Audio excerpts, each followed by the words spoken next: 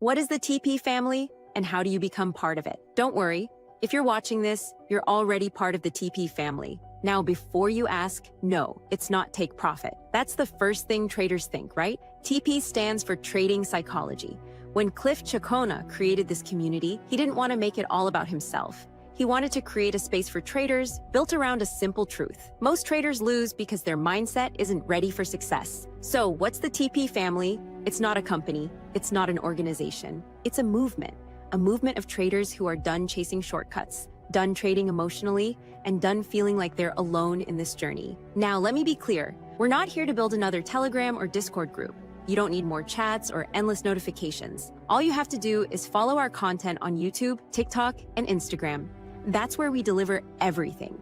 Masterclasses, podcast clips, mindset tips, and even those hard truths no one else will tell you about trading. Our vision for 2025 is simple. Education. We teach traders what really matters, not just strategies, but the mindset behind them. Through our TP Masterclass, podcasts, and content, we make sure traders know how to manage themselves first. Community. The TP family is all about connection, but instead of chat rooms, we meet through meaningful content that actually helps you grow. Tools. We're creating journals, simulations, and practical resources to help you track your progress and improve your trading behavior. The TP family is here to change the way traders think forever. We're not about quick wins. We're about creating strong, resilient, unstoppable traders. Welcome to the movement. Let's make 2025 the year you fix your mind and fix your trading. What is the TP?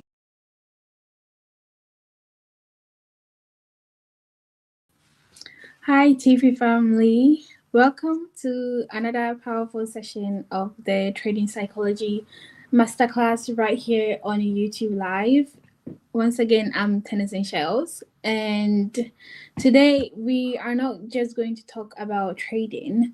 It's a transformation of how you think, how you respond, and how you win in the market and also in your own personal life. Here at Cheqona, we believe three things will carry you, which is wisdom, discipline, and faith. And that's just not theory that we have come up with. It's our foundation here for the TP Masterclass and for the trading psychology as our main topic. So whether in the market or in your life, these principles will unlock confidence and clarity and long-term success for your own life. So this is what you should expect from us every week here on YouTube. We have the daily declaration to help sharpen your mindset, and we also have the summaries from our previous masterclass and our weekly mental check-ins, sometimes on the YouTube community tab. And today we also discuss another chapter from the psychology of money. And this one is going to be different from the ones we have previously shared. So make sure to grab your pen and your notebook and your focus. And if you haven't already done so, please share this link with someone that you have not already shared this link with before. So yeah, before we kick off, let me know where everyone is tuning in from, wherever city or country you are in. Let me know where you're tuning in from. And while you are also telling me, let me know what you learned from the last TP Masterclass that we did, which was a week ago. So yeah, let me know in the chat of where everyone is tuning in from and what you also took away from our previous masterclass from last week.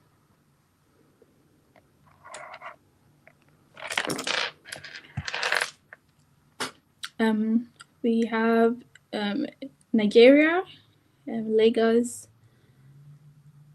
Angola, South Sudan. Hi guys, welcome.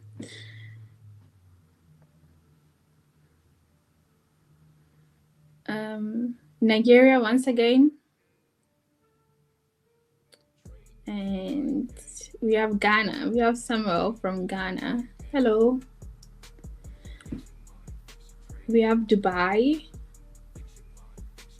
And what did you guys learn from last week's masterclass?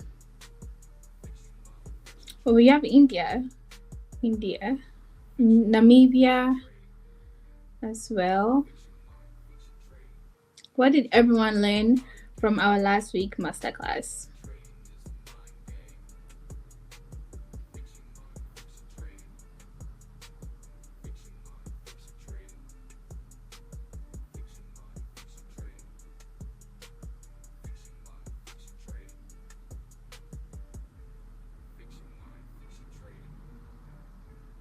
We have Kenya. Hi. Hello, everyone. Welcome to Zimbabwe. Hello.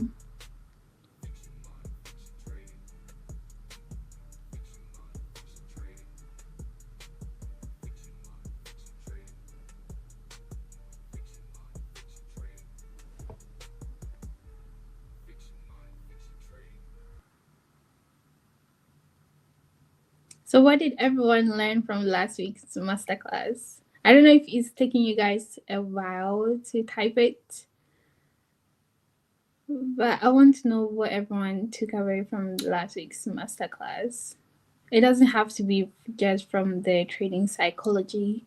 It can be from edge in trading or the psychology of money.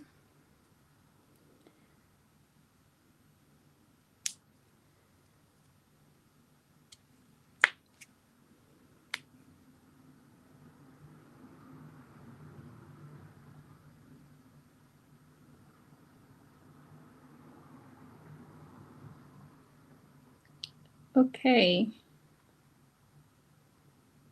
There's 7 different concepts of time. I learned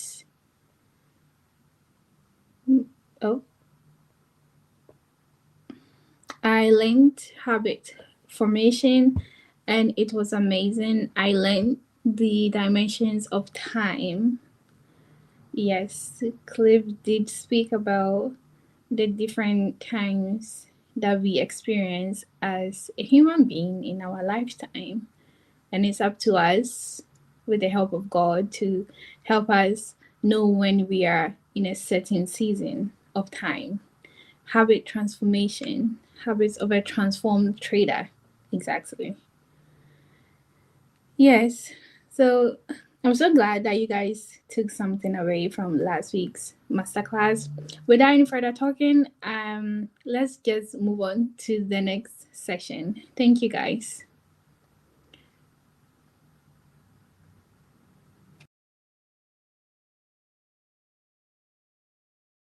It's a mind game.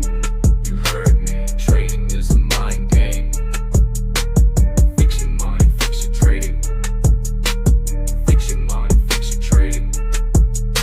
It's a mind game. You heard me. Trading is a mind game. Fix your mind, fix your trading.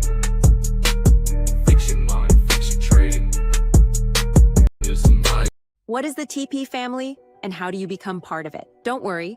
If you're watching this, you're already part of the TP family. Now, before you ask, no, it's not take profit. That's the first thing traders think, right? TP stands for trading psychology.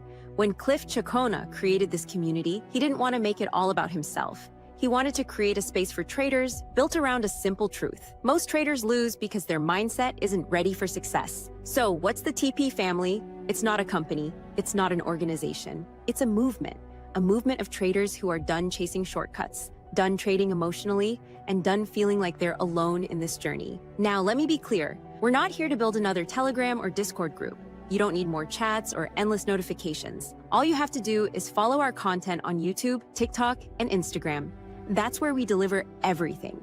Masterclasses, podcast clips, mindset tips, and even those hard truths no one else will tell you about trading. Our vision for 2025 is simple. Education. We teach traders what really matters, not just strategies, but the mindset behind them. Through our TP Masterclass, podcasts, and content, we make sure traders know how to manage themselves first. Community. The TP family is all about connection, but instead of chat rooms, we meet through meaningful content that actually helps you grow. tools, we're creating journals, simulations, and practical resources to help you track your progress and improve your trading behavior. The TP family is here to change the way traders think forever. We're not about quick wins.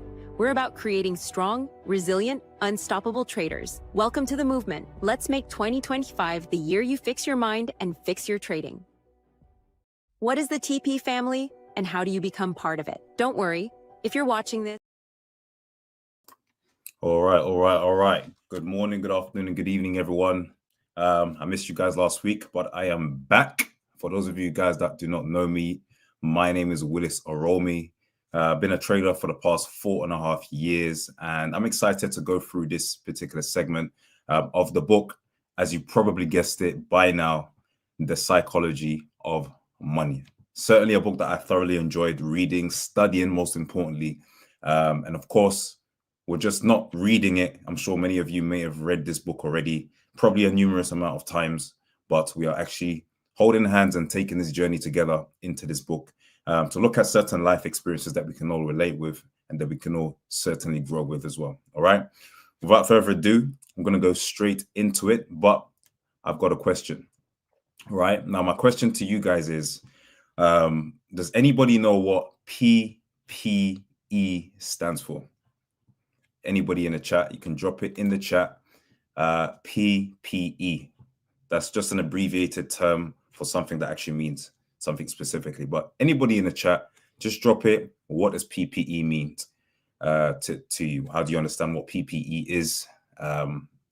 If anybody can guess it, I know what it means in terms of where I come from, in terms of the city that I live in, the country. It might be slightly different in other countries. But if somebody it strikes a note in your mind, the term PPE, what does it stand for? All right, perfect. So personal protective equipment. All right, you guys are probably thinking, what on earth does this have to do with anything? I'm getting there. All right, so PPE.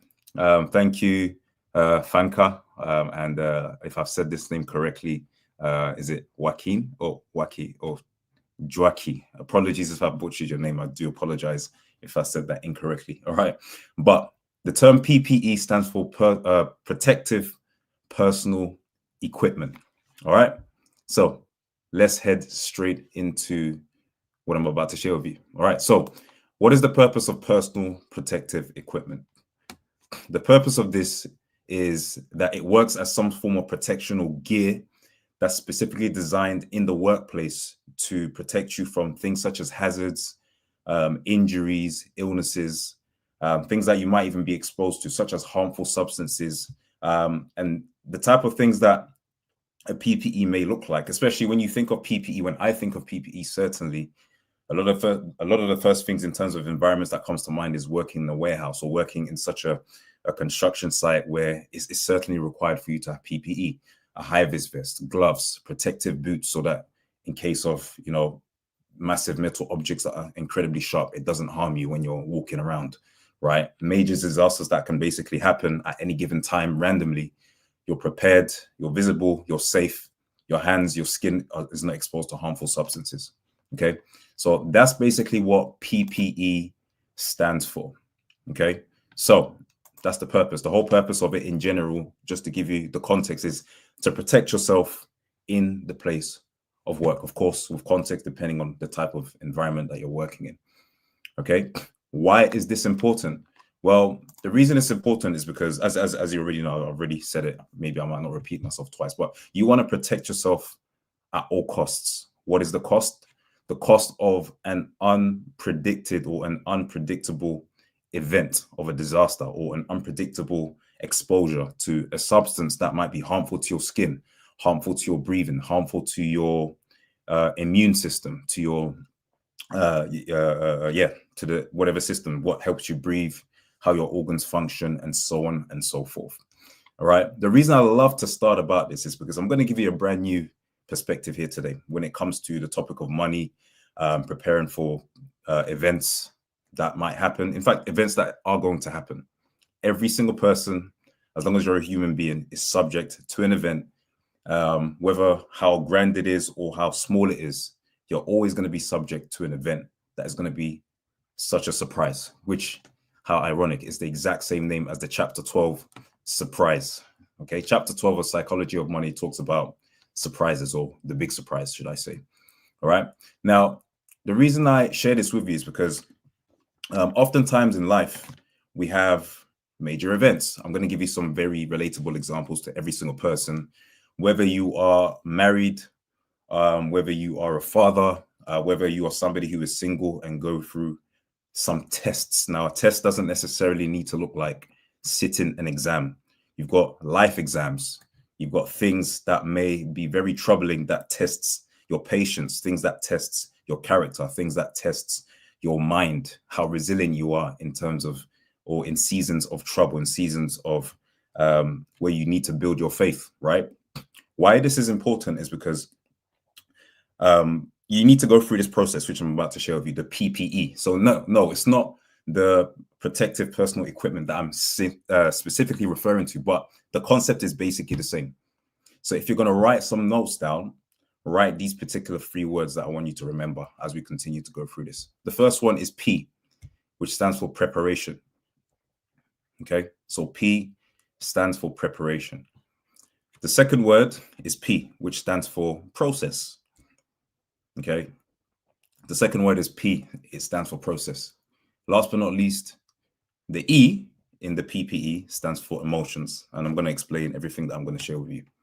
All right, so number 1, the first P, instead of putting protective, replace it with preparation. The second P, replace it with process. The last letter, which is the E, replace it with emotions. Okay, now let's walk through this. I am, happy enough and, excited enough to call myself not just a husband, but a father to my son. And it's great. It's a privilege. It's an honor. I love serving for my son. I love serving for my wife. But once upon a time, it wasn't the case. In fact, once upon a time, I needed to make decisions. I made a decision to date the wife. After a certain time, we became close. We got together. We decided to get married. And then there was a season of preparation that took place. What does that look like for somebody who decides they want to get married? Why is this relevant? Well, you don't just decide I'm going to get married. You go up to the altar and that's it. You live your life exactly as it was many, many years before you got married. No, something changes. There's that season of preparation where you now need to prepare things such as getting to know the other person, getting to know their mindset, getting to know their family, their habits, getting to know what the goals or what the vision is, if your visions align, right? There's that season of preparation, okay? And then there's a process, right? A few friends always say the same because they've been married way longer than I have, right? And they always say the same, that wait till you get to X amount, then you will learn. And I never know what they mean until you actually go through a season where you've learned the process, okay? And sometimes it requires the process to take place before you understand what the preparation was about, okay? And then, of course, the emotions that come with it. Hey, let's just be real. For those of you who are married, if you can relate with somebody who is married, you will go through a season of emotions, understanding the other person's emotions, whether you're male or female, and also understanding your own emotions in that time, in that process. Okay, it's very important to be aware of these few things and these factors. Okay, the same thing as a father. If you're a father, what do? You don't just all of a sudden, hey, I'm pregnant, and then all of a sudden, okay, great. Everything stays the same. You don't go to the doctors, you don't do any check-ins or checkups. And then the baby comes, whether you have a single baby or a twin or triplets, and then that's it. Your life still remains the same. You don't prepare for anything. You just assume that you're living life for yourself. And basically nothing changes. There's basically a script for disaster because you've got nothing in place, no preparation. You're not thinking about the people that are in place, the children that are birthed into the world. You're still thinking about yourself. Okay, Willis, why are you still talking about this? What is the relevance to what we're speaking about surprises? Well, the reason we're speaking about this is because, number 1, understand there's a season of preparation. Number 2, there's also a season of going through the process. And number 3, understand the emotions that you have to be made aware of. Now, with the emotions, you might decide to manage those particular emotions or be aware of certain emotions that you need to control before you get to the next level. Okay, which perfectly leads me onto the chapter. Okay, so if you can see my screen, The psychology of money, surprise. The main idea is that life is full of unpredictable events, both good and bad, that will shape your financial outcomes more than we can all expect. Okay. And the future is uncertain, and it's got surprises that are full of positive things and negative things. But guess what? They are inevitable. You cannot avoid them. Okay. History also often appears to be logical in hindsight. So we think because this has happened in the past, this is destined to happen in the future. So in other words, it's predictable. We think it's predictable at least, but probably the majority of it is just influenced by randomness. Okay. And the last part is that people also underestimate how much luck, okay? People underestimate how much luck and unforeseen events impact either their success or their failures. Okay. Just drop some number ones in the chat if you guys are with me. Drop some number ones in the chat if you guys are still with me. All right.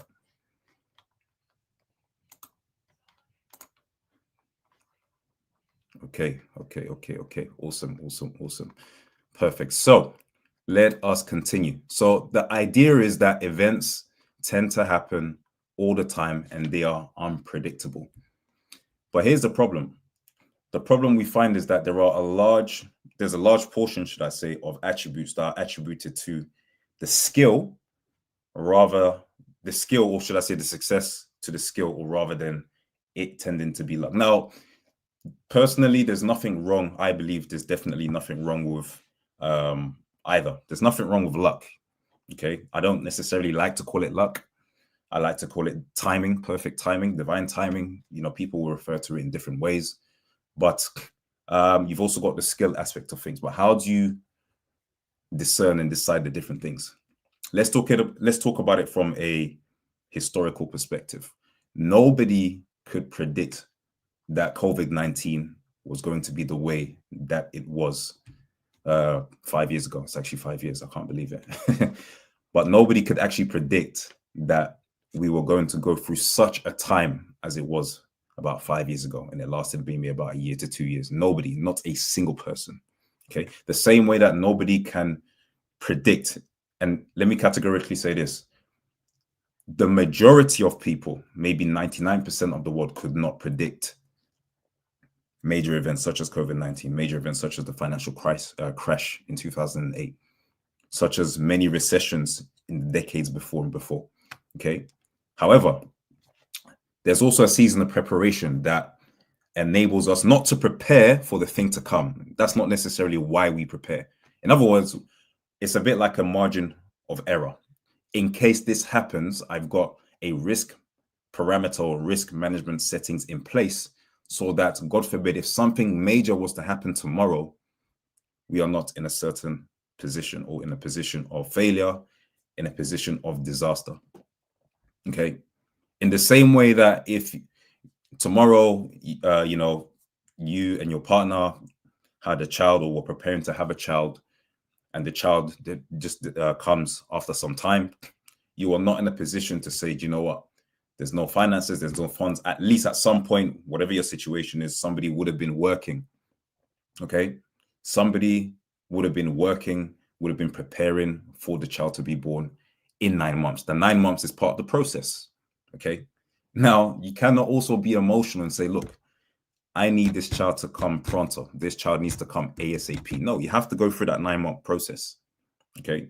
9 months proven is what it takes for the child to be birthed from a woman. From when the woman conceives to the woman gives birth. It's normally 9 months. It can't be 3 months. It can't be 6 months. Though these things do happen, normally there is a process. And the same thing applies with what I'm sharing with you today. A lot of these events that have taken place, okay, a lot of these events that have taken place have been, for the majority of people, unpredictable. Why do I say that these events have been unpredictable? Well, very simple. The world was not prepared, did not have resources, were not prepared for things such as lockdowns. The world was not prepared for the shutting down of many or certain businesses. The world was not prepared to all of a sudden get used to working from home as a new environment. People were used to something and all of a sudden something changed. Hopefully you guys are following me so far. So the concept here really is that surprises happen all the time. The question is for you is, how are you prepared in case of any major surprises in your life or any world surprises that will directly influence you? I hope you guys are understanding so far, right? So things such as risk management, okay? It's not about predicting the surprise. It's not about predicting that there's going to be a crash. Many people can be scientists and, you might call it prophets, and they say, yeah, this is coming. That's nothing. Honestly, it's nothing special. It's absolutely nothing special. What is actually special is how you actually are, what systems and what processes do you have in place just in case of certain things or certain surprises, certain events. You can't predict all events. You certainly can't predict events that are going to be as massive as some of the things that I've mentioned so far. However, what infrastructures does this person have in place just in case something was to ever go wrong? This has a direct relation to the way that we trade. Okay. Now ask yourself this question. When I trade, do I over leverage? When I trade, do I use a bigger risk? I have $500 in my personal trading account. Does that now mean that I have to risk half of my account because of the potential of making good profits? If your goal was to make £1 million in trading or $1 million in trading, which is possible, how possible is it? Well, it will take some time. The reality is, for somebody to become a millionaire from just $500, it requires you to have a different mentality, a different mindset from what we see currently on social media. Okay. If somebody says that you can do it in a year, guaranteed, just run, because it's not truthful. Although people do it, for the majority of people, it is not the reality. Okay. Now, if you tell somebody that with the £500 that they may have, that they can maybe invest a very small portion of it into some type of education, or maybe that the money that they've invested into their broker, they're going to use that to generate some small profits of 1% to 2% and so on per couple of months, then maybe even if it took them 5 years to achieve something significant, that is the process they might need to go through. Okay, that's the process they might need to go through. They are not over leveraging, they are not risking their account. In other words, if tomorrow, right, if tomorrow something major was to happen in their family, right, they never first of all told themselves that, okay, look, in the next 3 months, I'm going to become a multiple six-figure earner with regards to trading. I've got £500. My goal is to flip it. And by month 3 or by month 6, you're really depending on the outcome of that process to really, really take control or really happen. And guess what? What if it doesn't happen? You've told everybody, you've told your family you trade, you've told people, you've made promises, you've even made promises to yourself, right? That this is going to be the outcome. And guess what? Oftentimes it doesn't happen. What do you then do? What do you then do? Right? Do you then blame yourself?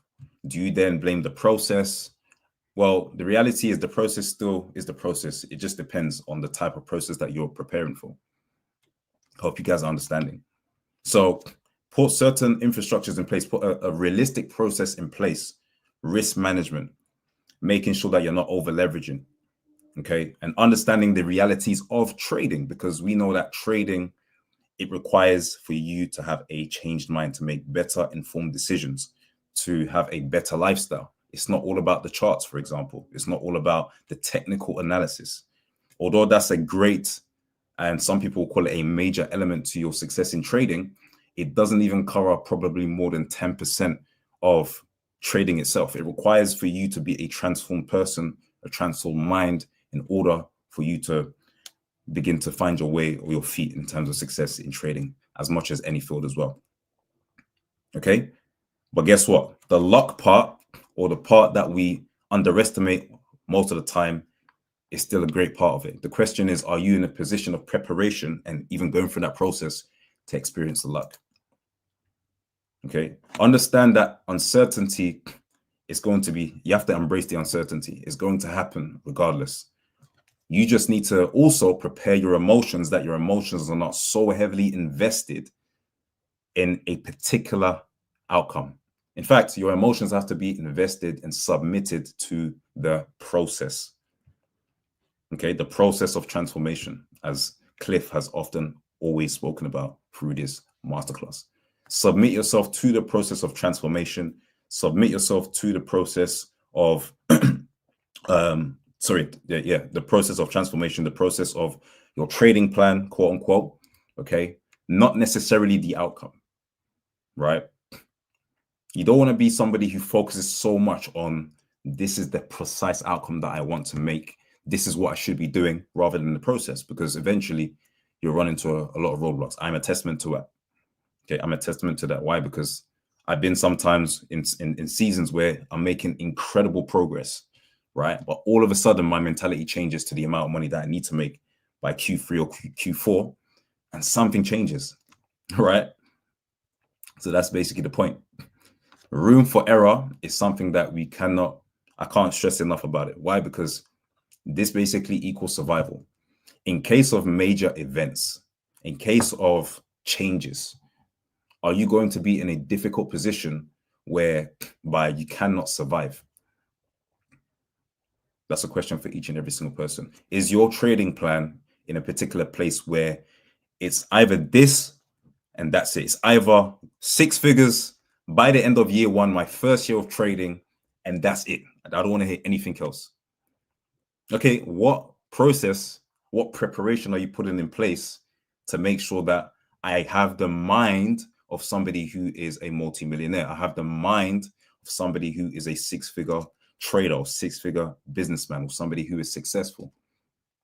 Okay, take for instance somebody who's taking exams. Somebody who takes exams for if some of you have gone to university or studied for some type of qualification or degree before, you would understand that you need to go through the season of preparation, and then the exam would be the process. But guess what? You might not necessarily know all of the questions that will be in the exam. You can only see examples of the ones that you prepared for before that.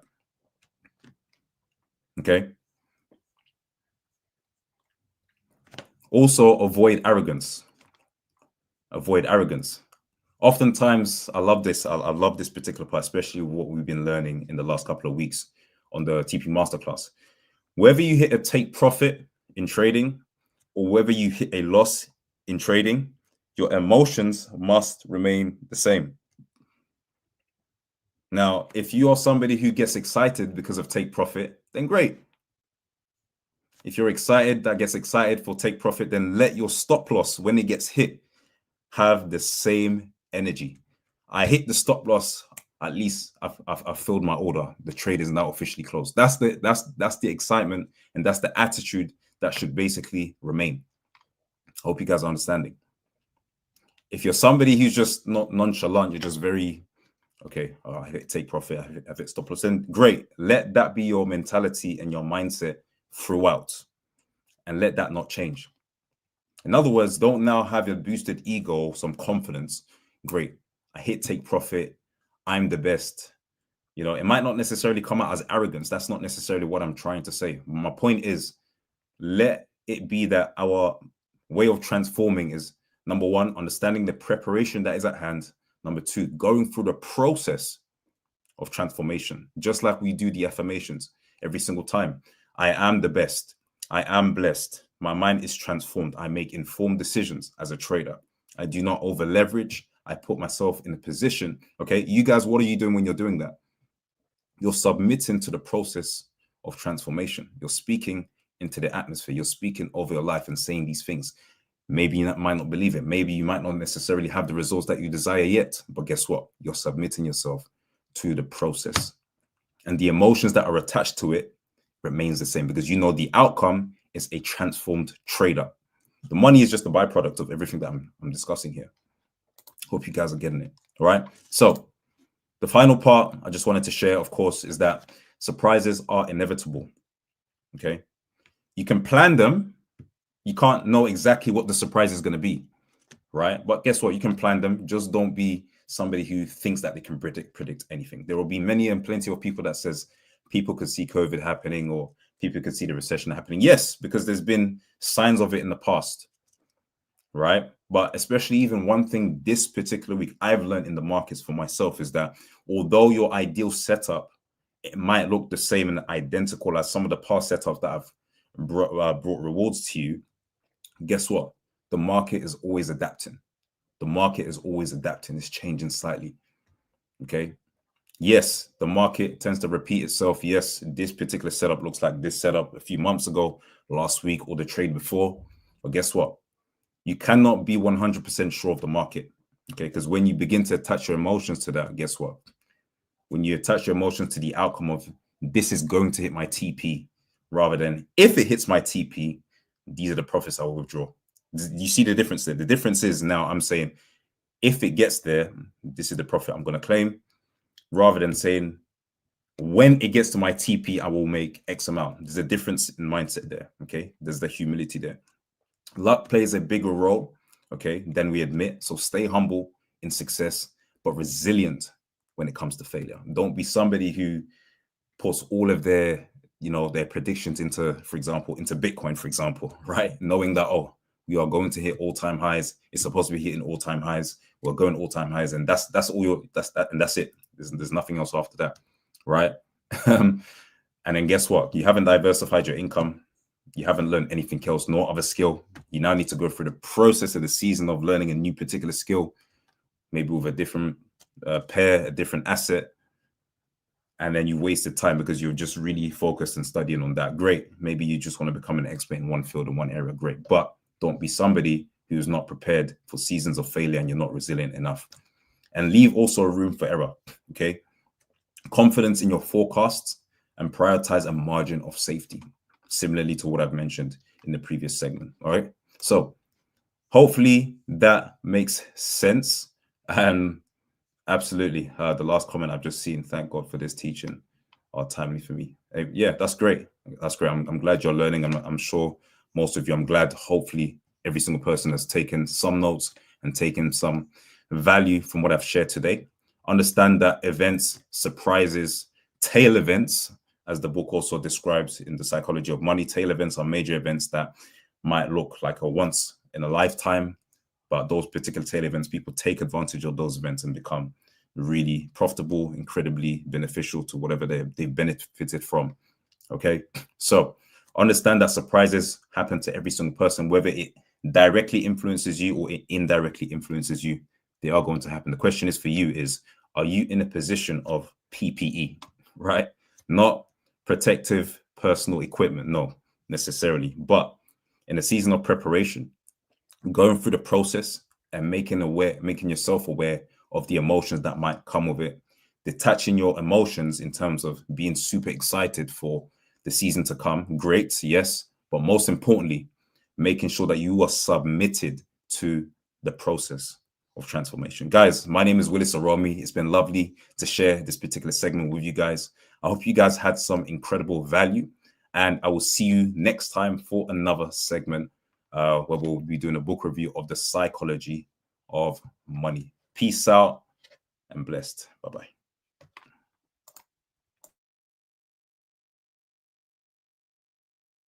It's a mind game. You heard me. Trading is a mind game. Fix your mind, fix your trading. Fix your mind, fix your trading. I think big, I dream big, I trade smart. My thoughts align with wealth, success, and abundance. I deserve success because I work for it and stay disciplined. I let it go of doubt. I let go of fear. My mind is renewed every day with wisdom and strength. I focus on solutions, not problems. I attract profitable trades and opportunities. I am a successful, focused, and profitable trader. I am unstoppable and I am victorious. I am grateful for every opportunity to trade and grow. I give thanks for my progress, my lessons, and my success. I attract prosperity and I steward it wisely. Every day, I am becoming a better trader. My trading provides freedom and abundance. I speak life, blessings, and success into my trading journey. I am grateful for the wisdom to manage risk and profit. I celebrate my growth and resilience. My heart is full of gratitude. My mind is at peace. I am prosperous in my thoughts, my trades, and my life. I think big. Hello, wonderful people out there. My name is Kematrit Emmanuel Napo Ado. I bring to you another segment of the Edge in Trading Psychology Masterclass. I believe that everyone is doing fantastic. All those who have been joining us from the previous session, I say hello. And then all those who are new on this particular platform, I'm taking the opportunity to say hello to you all. And thank you for joining this session. I hope that you will learn a lot. Thank you so much, Willis, for that insightful, like book review. I really loved it. I told you the last time, every single time you take me through the book, you give me nostalgic memories about, like some things that I actually learned. And then in fact, there are some things that I really learned afresh, right? When you're going through that. All right. If you can hear me perfectly and you can see me perfectly, let me see some ones in the chat section so that we can move on to the Edge section. Just some ones, couple of ones in there, just to know that you can hear me, just to know that you can see me. Awesome. Thank you so much, Maverick. All right, so now let's get in on today's session. Today, I'm just basically going to be talking about defining your trading personality. Now, I want you to sit down quietly and do an introspection before we even get in on this, right? Ask yourself, who are you following? And, why are you following the individual? And if you are following any person at all, does the person's, lifestyle, does the person's personality reflect your personal, life? There are a lot of people who keep on following people out there. And then, frankly speaking, you realize that the people you are following, their lifestyle does not even reflect in your own lifestyle. You have different kind of goals, you have different kind of perspectives, and then all.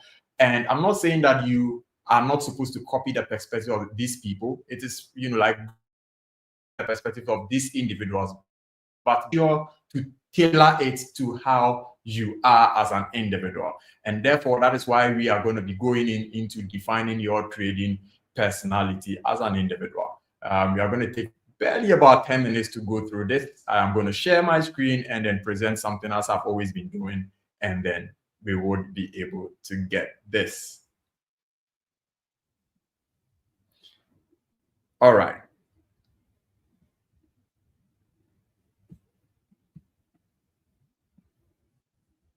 Okay, so please, you can bring up what I just shared on my screen. You can bring it up.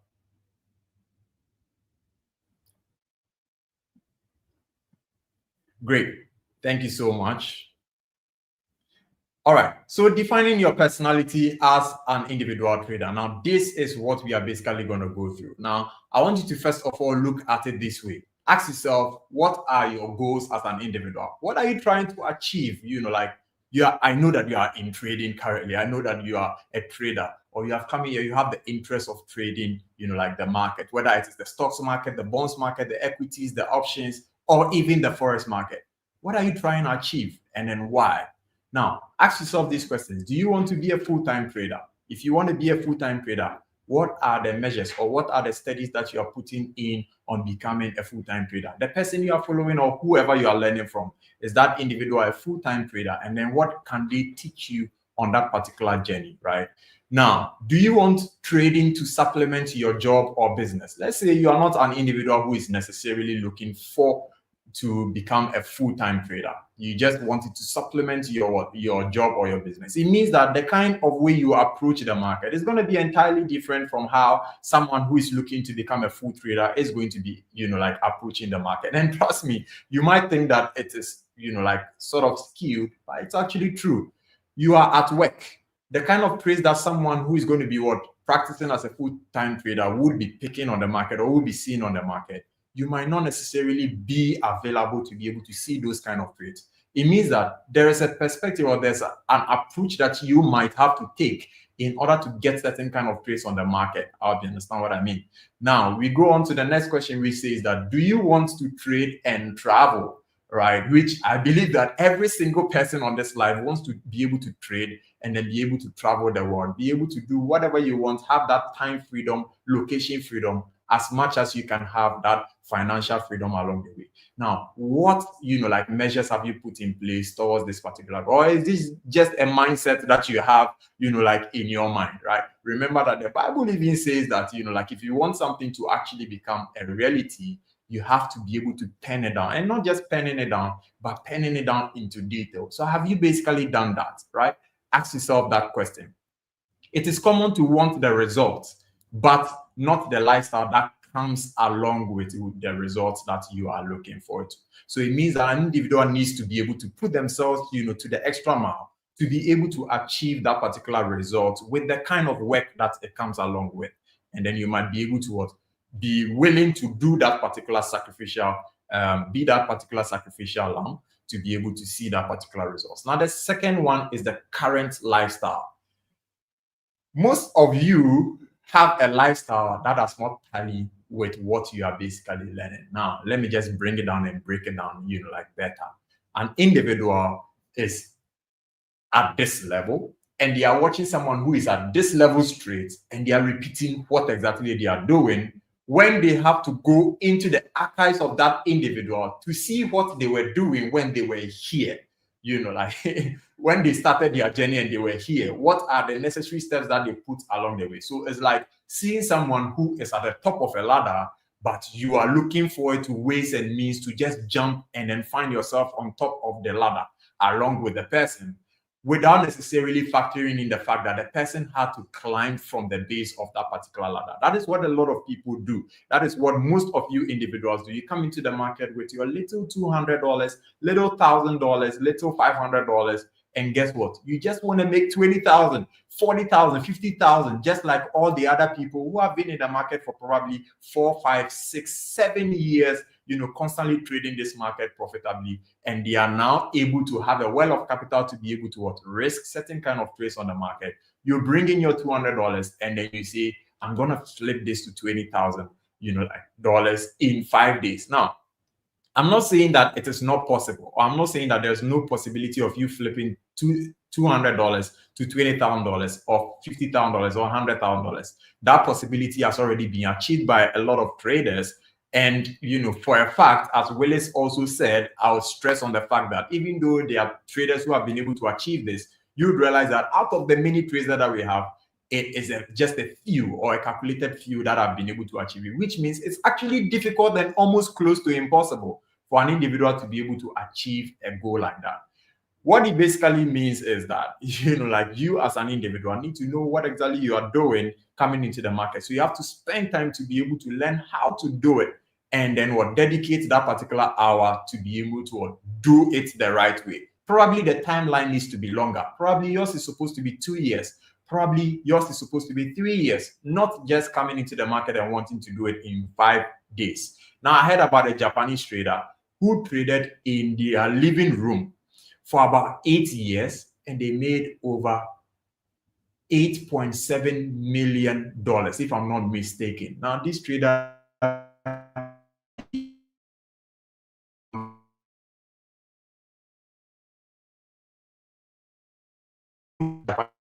he was able to do it would marvel you. A long period of time to accumulate from just a little amount of money, and he knew exactly what he was doing. What time frame, can you enter on? Ask yourself, what time frame can you manage on? Now, your entry of a trade is directly, inverse to how you manage a trade.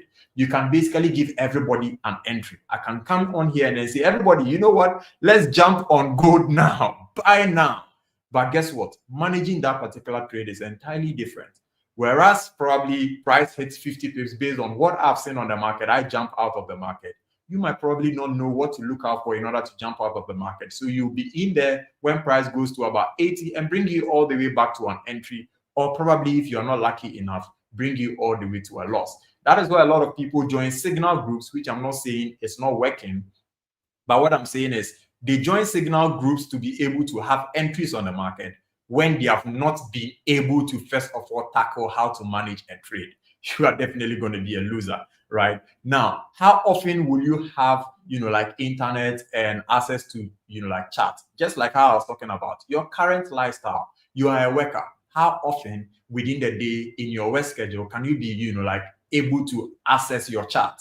How often can you do that? So it means that when with this kind of information, you can sit back and say, because within the day I'm unable to get access to my chart, let me probably do my analysis prior to the day, because Kema has already said in our past, like webinars, that you need to analyze the market before you get in on every single trade. Analyzing the market puts you in a position where you are looking forward to a point of interest for market to come to you for you to be able to pick that particular trade. Exercise patience, wait for the market to come there before you execute. At the end of the day, having something like that means you have a plan around what exactly to do in order to enter a trade, and then you basically wait for that. So ask yourself, does my timeline allow me to be able to have that chat access to be able to analyze within the day or within work hours? If not, then what time am I going to do? You don't just wake up and say someone analyzes the chart at 12 p.m. every single day, so I think that there is a reason why the person is analyzing the chart at 12 p.m. every day. No, find what works for you. It's your personality, like find what works best for you. What time zone are you in? I have a lot of students from Canada, USA, UK, all of these individuals from several time zones. Now, at the end of the day, communicating with these individuals is entirely different, because what I'll tell another individual from Canada, it's not the same thing that I'll tell an individual from the UK with respect to the time zone and with respect to trading, trading zones, right? Asian, London, New York. The time that I will approach the market would probably be an hour difference from the time that, like someone who is in UK would approach the market. But it will entirely be different from, the time that someone who is in Canada will also approach the market. At the end of the day, I might be, like entering the market, like broad day, light, but someone else will be entering the market midnight, the same time, the same landing session, but entering the market at midnight. It means if I tell someone you should be awake by 6 a.m., what is 6 a.m.?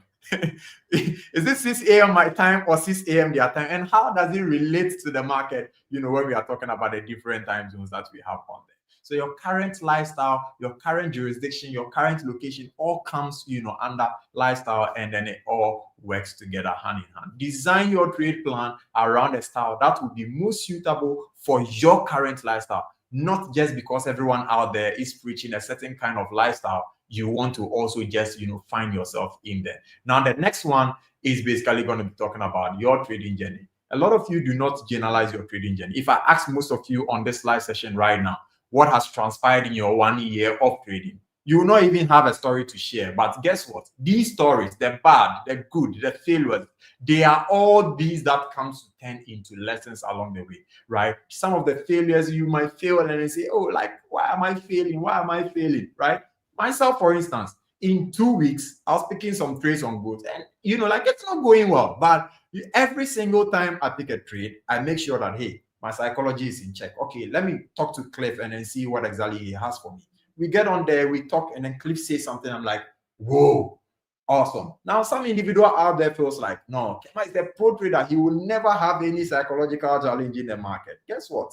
We all come to that point where you have psychological challenges. Someone will say, because you are not over leveraging on the market, psychology should not affect you.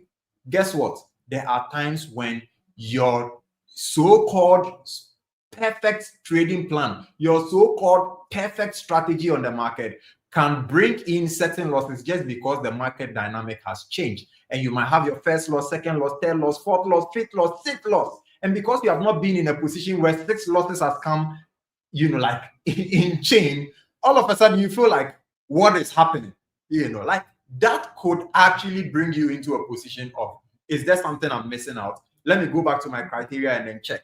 Is there something that I'm bringing out of my criteria? No, everything is on point. So then what exactly is wrong, right? You could actually be disturbed. You could actually be frustrated. So never think that you are far-fetched from psychology.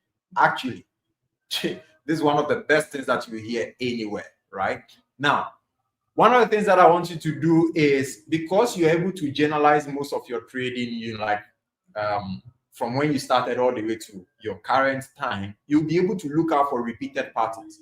What happened around this area when, market dynamic change, and then I was placing trades, probably twice a day. It was probably taking a lot of losses. Okay, now, whenever I find myself in that market dynamic again, this is what I'm going to do. So those repeated patterns would now come to help you along the way. Those commonalities will now come to help you along the way on your.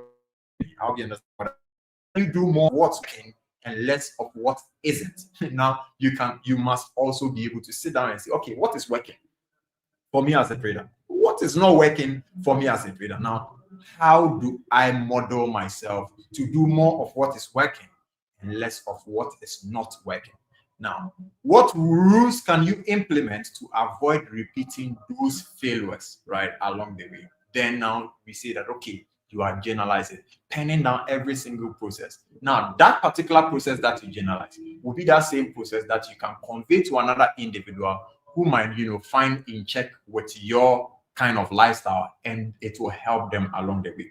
That is how we do this in here. I hope you understand. And then finally, I'm going to say psychological blockages will come along the way. Now, you have to ask yourself, what is holding me back? Why is it holding me back? And how will I overcome it? These are the three things: why, how, and then what. What, why, and then how. What is holding me back? Why is it holding me back?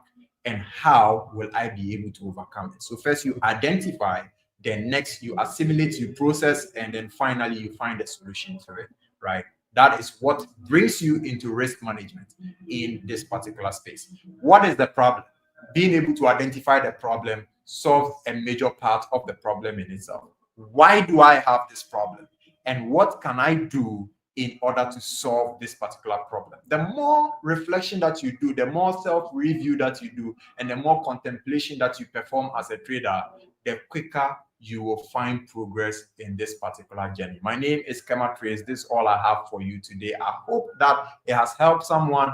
And in 2025, tell yourself something very peculiar. We might have started this TP Masterclass because of you. And by November 2025, it should have put you on a different pedestal whereby your mindset about the market has changed, how you approach the market has changed, and then your personality as an individual has also changed on this particular market. Thank you so much. I'll see you on the next segment. It's a mind game. You heard me. Trading is a mind game. Fix your mind, fix your trading. Fix your mind, fix your trading. I think big, I dream big, I trade smart. My thoughts align with wealth, success, and abundance. I deserve success because I work for it and stay disciplined. I let it go of doubt. I let go of fear. My mind is renewed every day with wisdom and strength. I focus on solutions, not problems. I attract profitable trades and opportunities. I am a successful, focused, and profitable trader. I am unstoppable and I am victorious. I am grateful for every opportunity to trade and grow. I give thanks for my progress, my lessons, and my success. I attract prosperity and I steward it wisely. Every day, I am becoming a better trader. My trading provides freedom and abundance. I speak life, blessings, and success into my trading journey. I am grateful for the wisdom to manage risk and profit. I celebrate my growth and resilience. My heart is full of gratitude. My mind is at peace. I am prosperous in my thoughts, my trades, and my life. I think big. Let's take a quick look at what happened last week in the markets, starting with gold. Gold surged to a record high of $3,300 per ounce as investors looked for safe haven assets amid rising market uncertainty. What drove this move? Primarily escalating U.S.-China trade tensions and weak U.S. inflation data, leading traders to anticipate interest rate cuts. Retail traders were caught off guard initially selling gold during its breakout. Now, with more retail buyers stepping in, we could see momentum slow down. Watch the critical $3,165 level closely. If gold stays above this, the upward move could continue. If it breaks below, gold could retrace towards $3,100 or lower. Next up, NASDAQ. Last week was volatile. The index dropped sharply due to trade fears, falling 2.6% by week's end. Initially, NASDAQ rallied briefly when there was a pause in tariff announcements, but quickly reversed after the U.S. confirmed significant new tariffs on China, notably impacting tech stocks heavily. We closed the week with NASDAQ around key levels. Currently, support sits near 17,600 with resistance around 18,800. Netflix reports earnings this week. Any negative surprises could add further downside pressure. Additionally, retail traders remain heavily positioned long in NASDAQ, signaling caution for now. Moving on to currencies, particularly pound yen. This pair experienced significant volatility, dropping nearly 1,000 pips, driven by risk aversion as traders flocked to the safe haven yen. The pound weakened notably amid economic uncertainties, and breaking below 187.50 accelerated the pair's decline to around 187.08. We're now in a potential bounce area.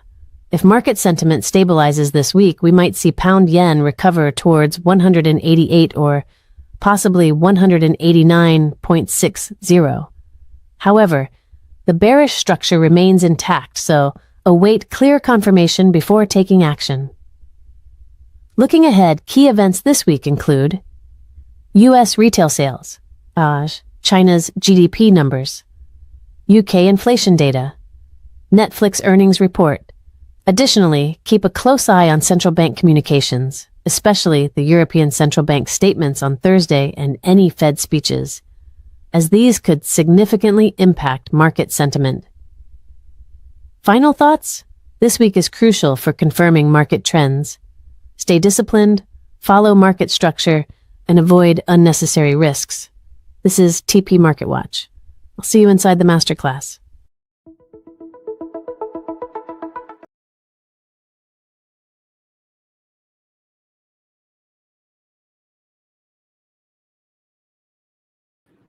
So good afternoon, good evening, good morning, wherever that you may be tuning in from. If you can hear me loud and clear, just drop some number ones in the chat for me. Before we even go on, I just really want us to basically really make sure that we are on the same page of atmosphere. So I just really want you to, as usual, as you know, let us, before we even just start the whole entire session, I want us to basically start by affirming this, that I am stepping into the mindset of a successful trader. I am stepping into the mindset of a successful trader. That you are stepping into the mindset of a successful trader. You are stepping into the mindset of a successful trader. And the next thing is I want you to declare that you are a six-figure trader in mind, a six-figure trader in action, and a six-figure trader in results. I want you to declare that I'm a six-figure trader in mind, you are a six-figure trader in results, and you are a six-figure trader in action. I want you to affirm one more time again that I am stepping into the mindset of a successful trader. You are, I am. I'm declaring this thing for myself as well, that I am successful. I'm stepping into a successful trader's life. I am stepping. The word I am is very important. And then I declare that I am a 6, 7, 8 figure earner. A 6, 7, 8 figure earner. Declare this for yourself. Declare this for yourself. Declare this for yourself. Declare this for yourself. It is very important that you understand this. Very, very, very important. Ladies and gentlemen, listen, every single person that you know that needs to be on this live stream today, you really need to invite them. Before I even go on, today I had an internal meeting with some of the TP family members, and I want to just tell you guys something. Somebody asked an incredible question. That is why I'm basically just saying this right now. He asked me, Cliff, what is the difference between affirmations and then declaration? And this is what I told them. I told them that, by the way, if you see me looking up and down, this means I'm looking at some couple of few comments from the YouTube side, and also I'm looking at the camera as well. So I'm talking to you guys anyways. And so I was telling the individual that he's asked me, Cliff, what is the meaning of affirmation, like the difference between that and declaration? One thing I want to just tell you guys is that, listen to this carefully now. Affirmation is what you whisper to your soul to reshape your beliefs. Every single time you affirm, I am, you are doing something to your subconscious mind. The word I am is not just a word you say to yourself because somebody told you to do so. However, when you say I am, you don't necessarily need to believe it first, because the purpose of what you are saying to affirm is to program your belief system. So you don't need to believe before you affirm. There is a difference between the whole entire manifestations and all that people say. Affirmation is something that will shape your belief system. It is something that you do when you are in quiet mode of meditation. Are you with me? Now, when we talk about declaration is everything around you. Everything around you. In what you speak out loud, you are speaking loud to your destiny. You are speaking to your environment and even to any resistance that can hear and adjust. Listen to me, ladies and gentlemen. This is an example that I gave to those on the call, and I said, imagine if you are a father. Imagine you were a father and you come out of your room into your same household. So let's say you have children of 3 or 4 children, a wife, and then some couple of few, maybe workers or 8 you have in your house. Let's say around 6, 7 people. And then you come out of your house and you tell them, hello, every single person in this household, we are going to fast. We are going to pray. We are going to take a break. Whatever instruction you give to them, as an individual, you tell them, hey, listen, we are going to fast, we are going to pray. So as a father, you came into the living room and you announced something. You declared a certain kind of words and told your house, we are going to do this. Because you are the head of the family, you have the right to be able to tell them something, and they have to respect the order you give in that household. Why? Because you have authority over that household respectfully. But the same father cannot walk into his neighborhood and just say, hey, neighborhood, today we are fasting. The person that has the authority is either the mayor in that community, the government in that community, or in other words, maybe the president. But as a father in your house, your authority ends in the boundaries of your household. So if you tell your house we are fasting today, they have the right to obey your authority. But if you speak to people in your neighborhood, they can choose to refuse it and they can choose to listen depending on the discernment they have. So when we talk about declaration, the first thing that needs to come into your mind is words that comes with authority. But you see, authority is not something you desire. Authority is something that is given to you.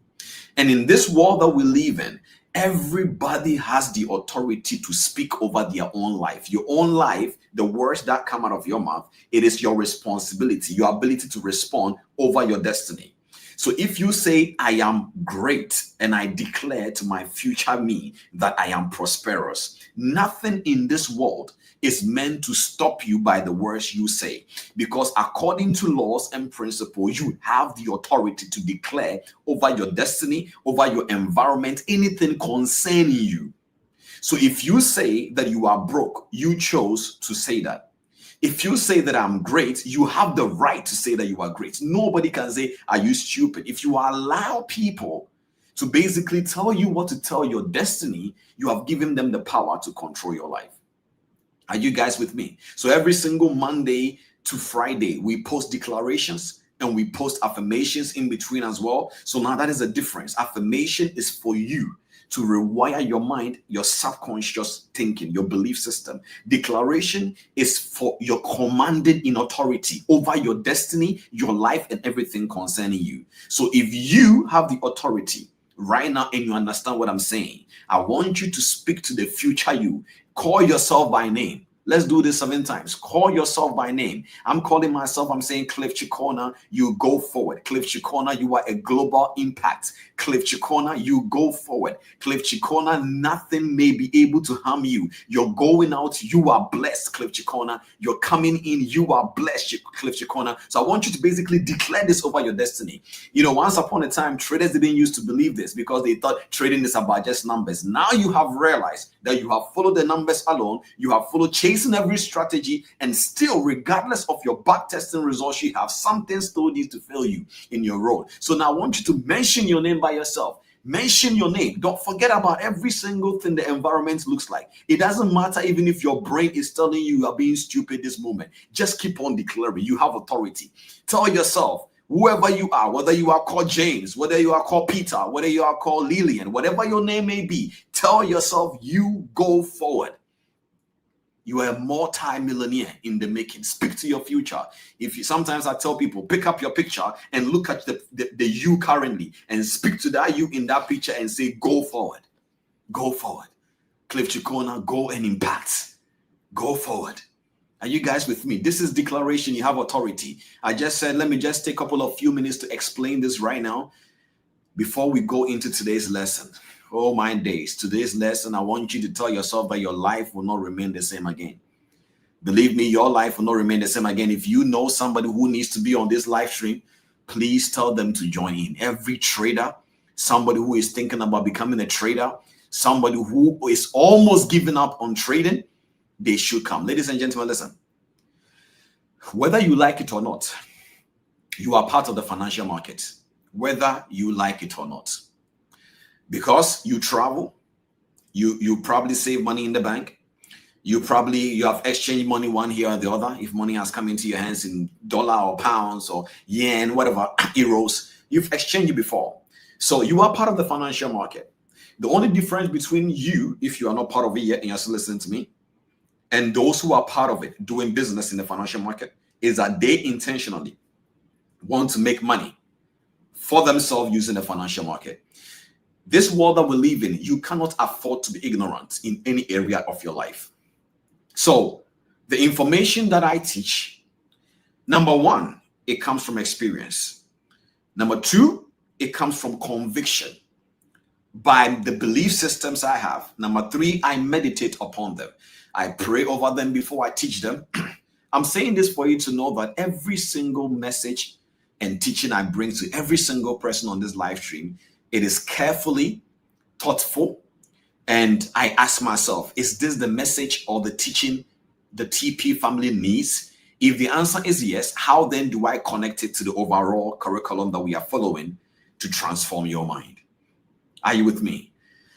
Today I'm teaching something very, very powerful. I believe it's very powerful. And believe me, you will never, ever, ever leave this live stream the same way again. Believe me, I'm not just saying it as a ritual. I truly believe it. And so just listen to me. Before, you already know me by now. Before I teach you the lesson that we have today, before I teach you, I need to build a foundation. Before we go in, so sorry guys. How are you guys doing? I just came with so much energy of belief system that, you know, as TP family, people are changing. I've seen many testimonies. People messages me, you know, they email me, and some of you guys, I email the things that you email. Believe me, they really motivate me a lot, and I just want to say thank you. With that all being said, one thing I want to basically just say right now is this. Number one, where are you tuning in from? Let me just say hello to each and every single person before we go in today. Where are you tuning in from? Where are you tuning in from? Where are you tuning in from? Let me just say hello to each and every single person before we go into today's topic. Today, I will try as much as possible to be very fast. I will try because there is a lot of things we need to learn, but I'll try as much as possible to make sure that we don't take too long on today's masterclass. But let me just say hello to everyone before we go in. All right. Thank you guys all for tuning in. Thank you for tuning in. And I hope you are learning something. Thank you so much. All right, guys, let's pay attention now. To be able to build the foundation of the structure of knowledge that I want to give today for traders, or whether you are a trader or not, pay attention to the beginning of this message very well. There are 7 strategic weapons in this world. 7. It doesn't matter whatever industry that it is. 7. let me share my screen as usual. There are 7, and then media, please try as much as possible that you remove it and you bring it back for me, and so on and so forth, okay? So that I can be able to speak to people well and they can see me. Because when I get into the mood of the teaching, I don't get to see the chart. I just keep going. So help me out. Okay, there are 7 strategic weapons, 7 of them. Let me try and share my screen. 7 of them. 7 strategic weapons. 7. There are 7 strategic weapons in this world. And these weapons, the reason why they are dangerous is because they are invincible. So the reason why they are dangerous, 7 weapons in this world, the reason why they are dangerous is because they are invincible. And you know, the truth of the matter is the things that you see, they are not as powerful as the things you don't see. So when you go to any house, it is easy for you to say, wow, this house, no matter how big and powerful a house, no matter how big it looks, is as powerful or not powerful to the extent of the infrastructures in that house.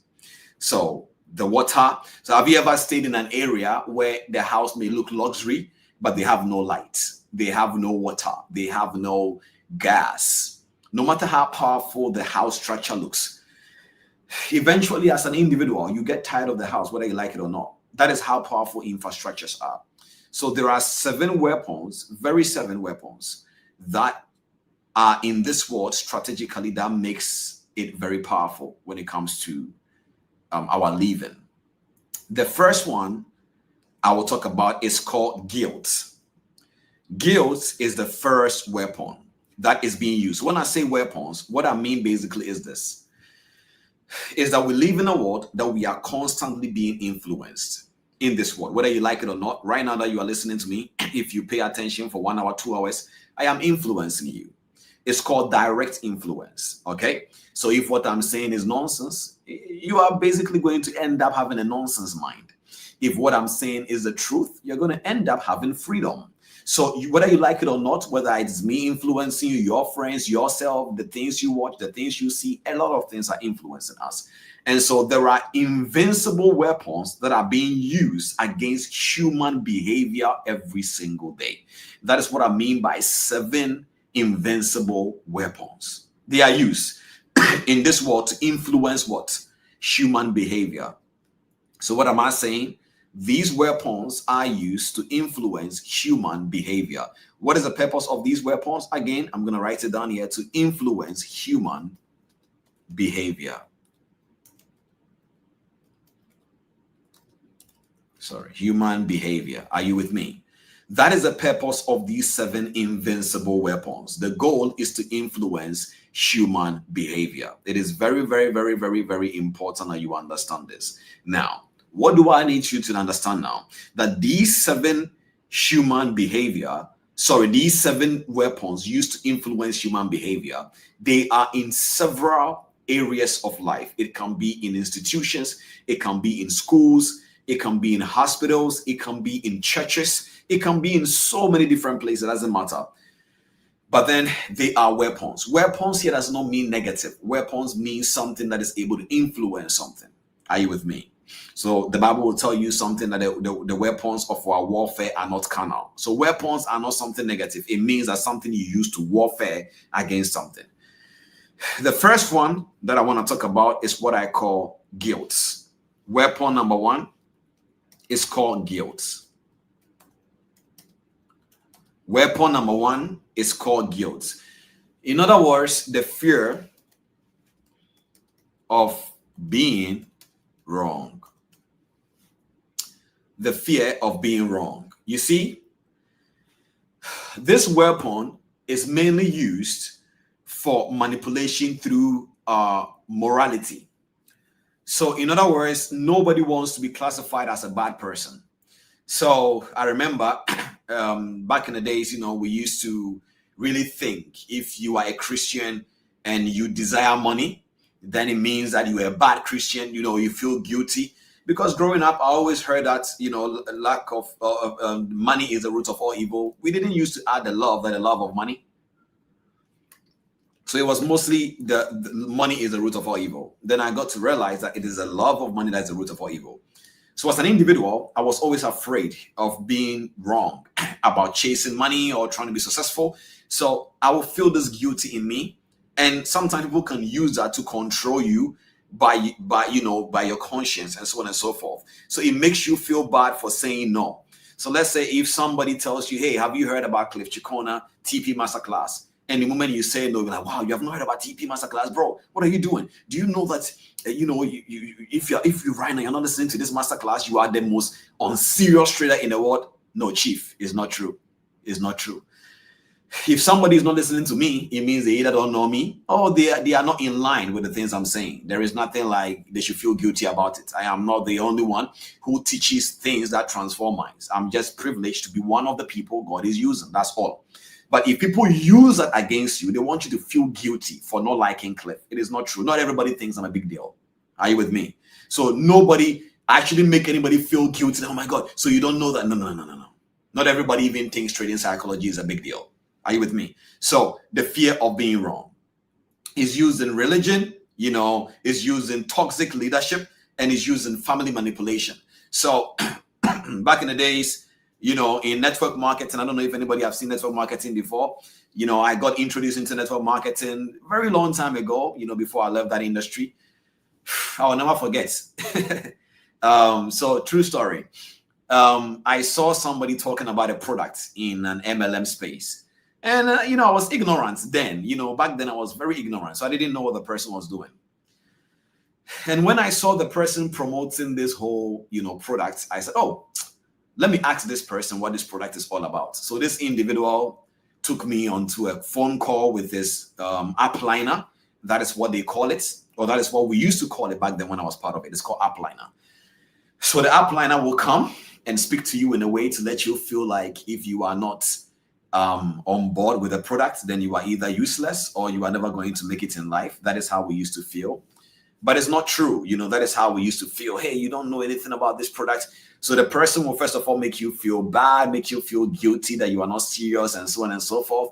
The goal is to sell you the product. So the person is manipulating you of you feeling guilty, of you being wrong about your own decision, which is no.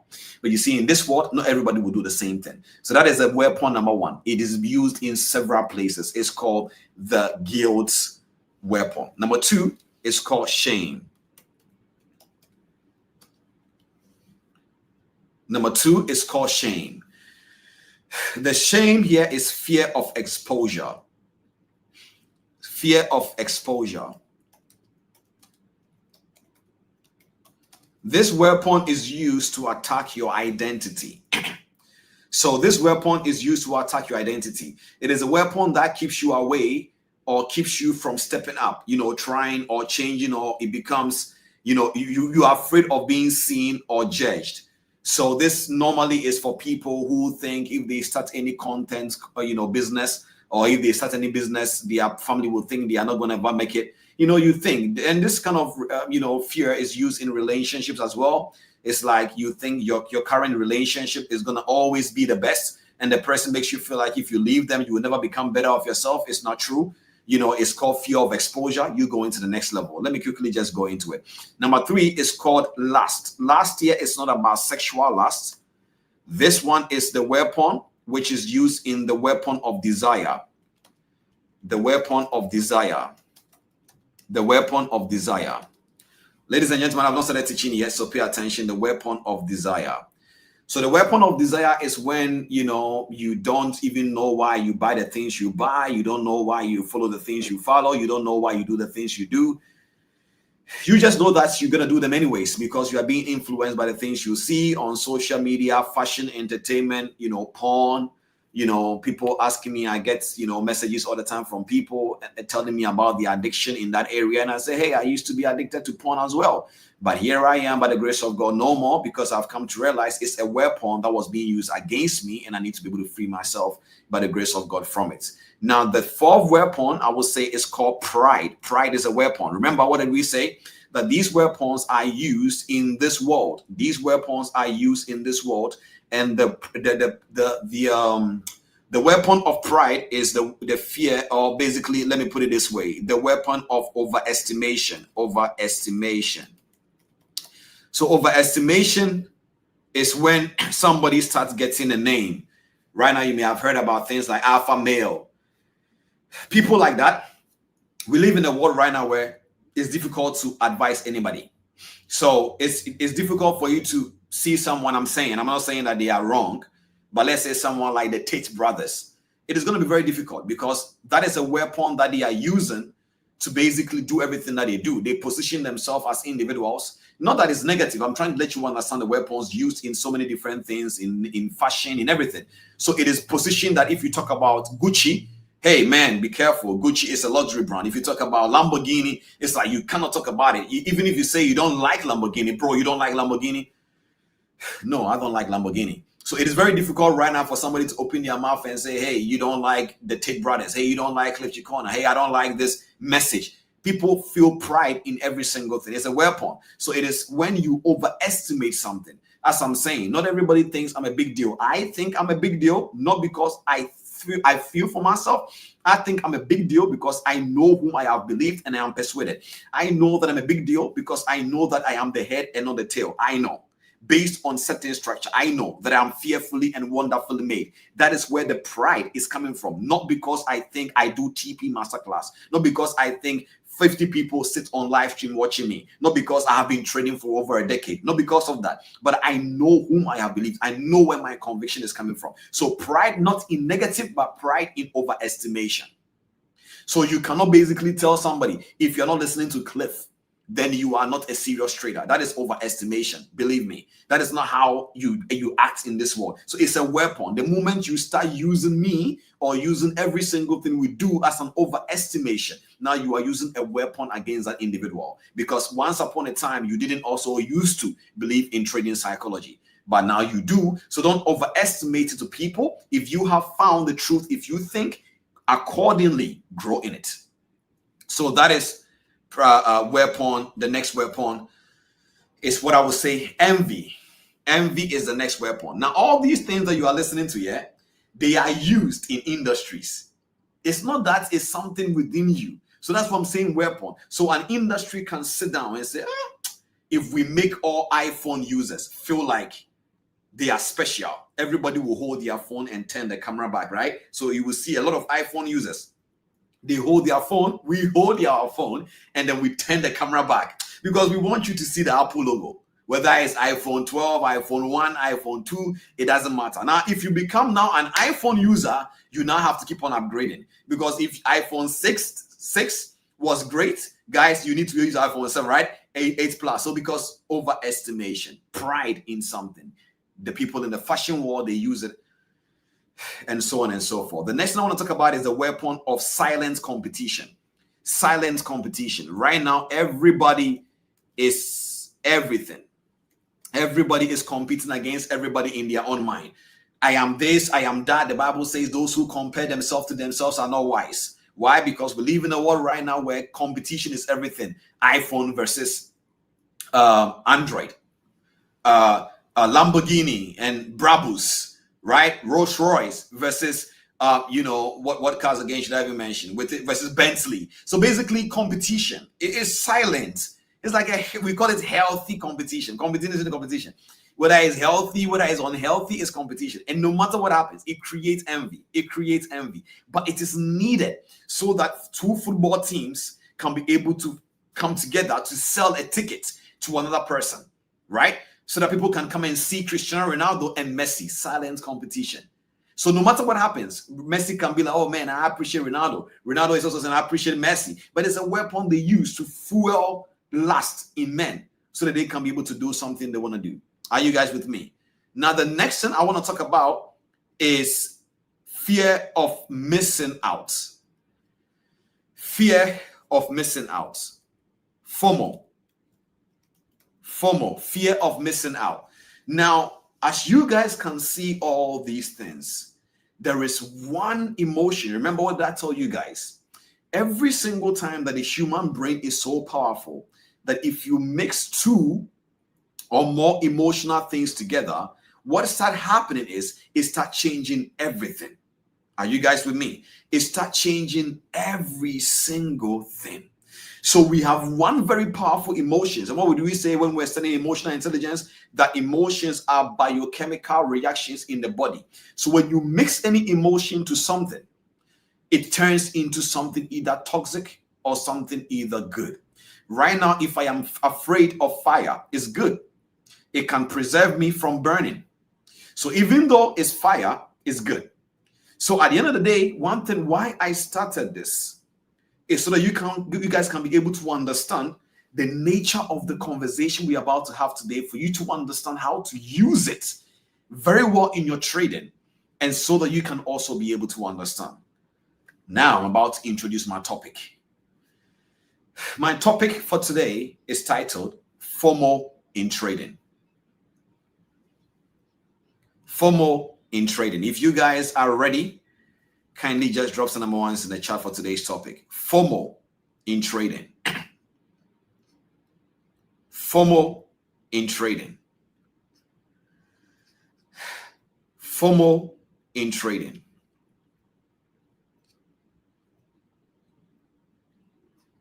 FOMO in trading.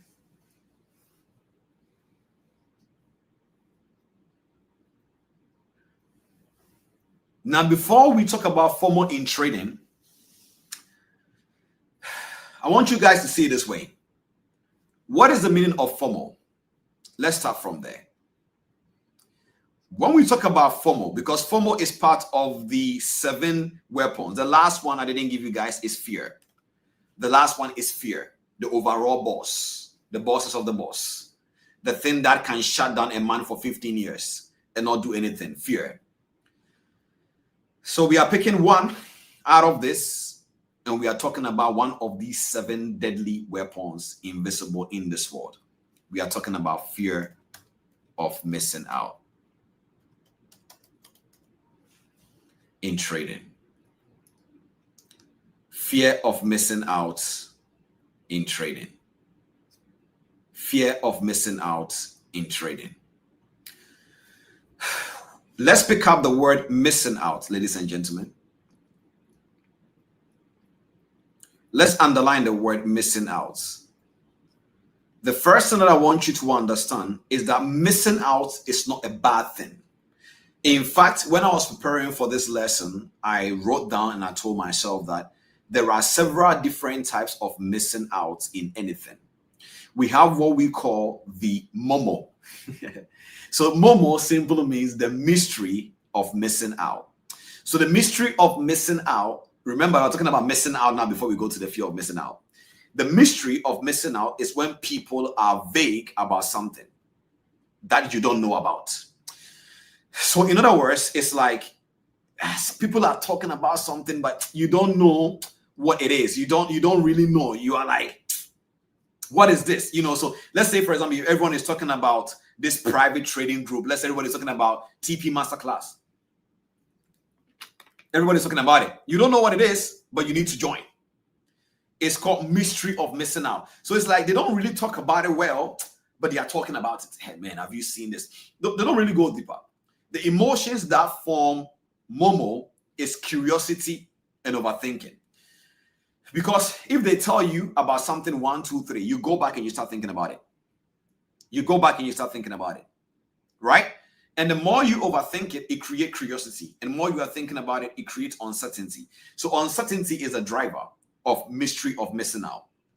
So you see people excited about something very vague, and all of a sudden you think you have to join. That is the first one of missing out. So what are we doing now? We are talking about missing out. The first one is mystery of missing out. Let me write it down here. Mystery of missing out. In other words, MOMO. Call it whatever you want. Abbreviations. MOMO.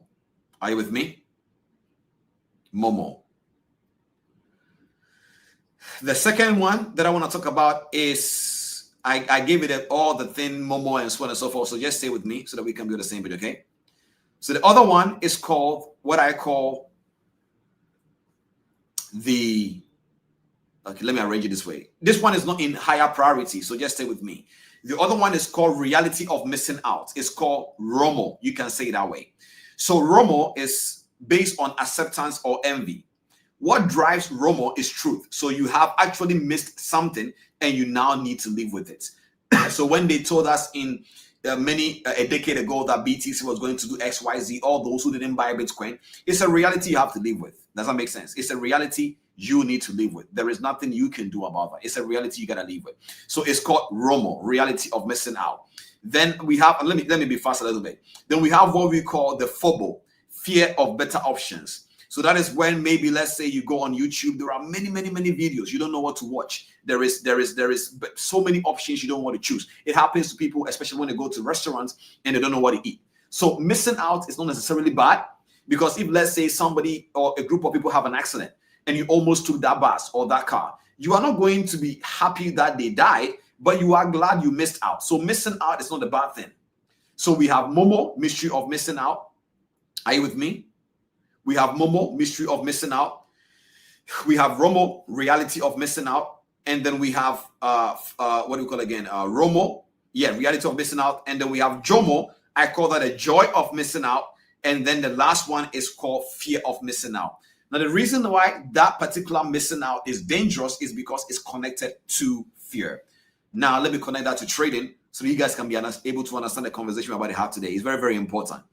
Now, there are a couple of few instances that I was thinking about, and I'm like, how can fear of missing out happen to traders and why it always happened very bad? We'll talk about the neuroscience behind that every single thing, but I want you to follow this one carefully now. The first instant that fear of missing out happens to traders is what we call the breakout instant. So, or AKA fake out. If this has happened to you anytime before, just drop some number ones in the chat.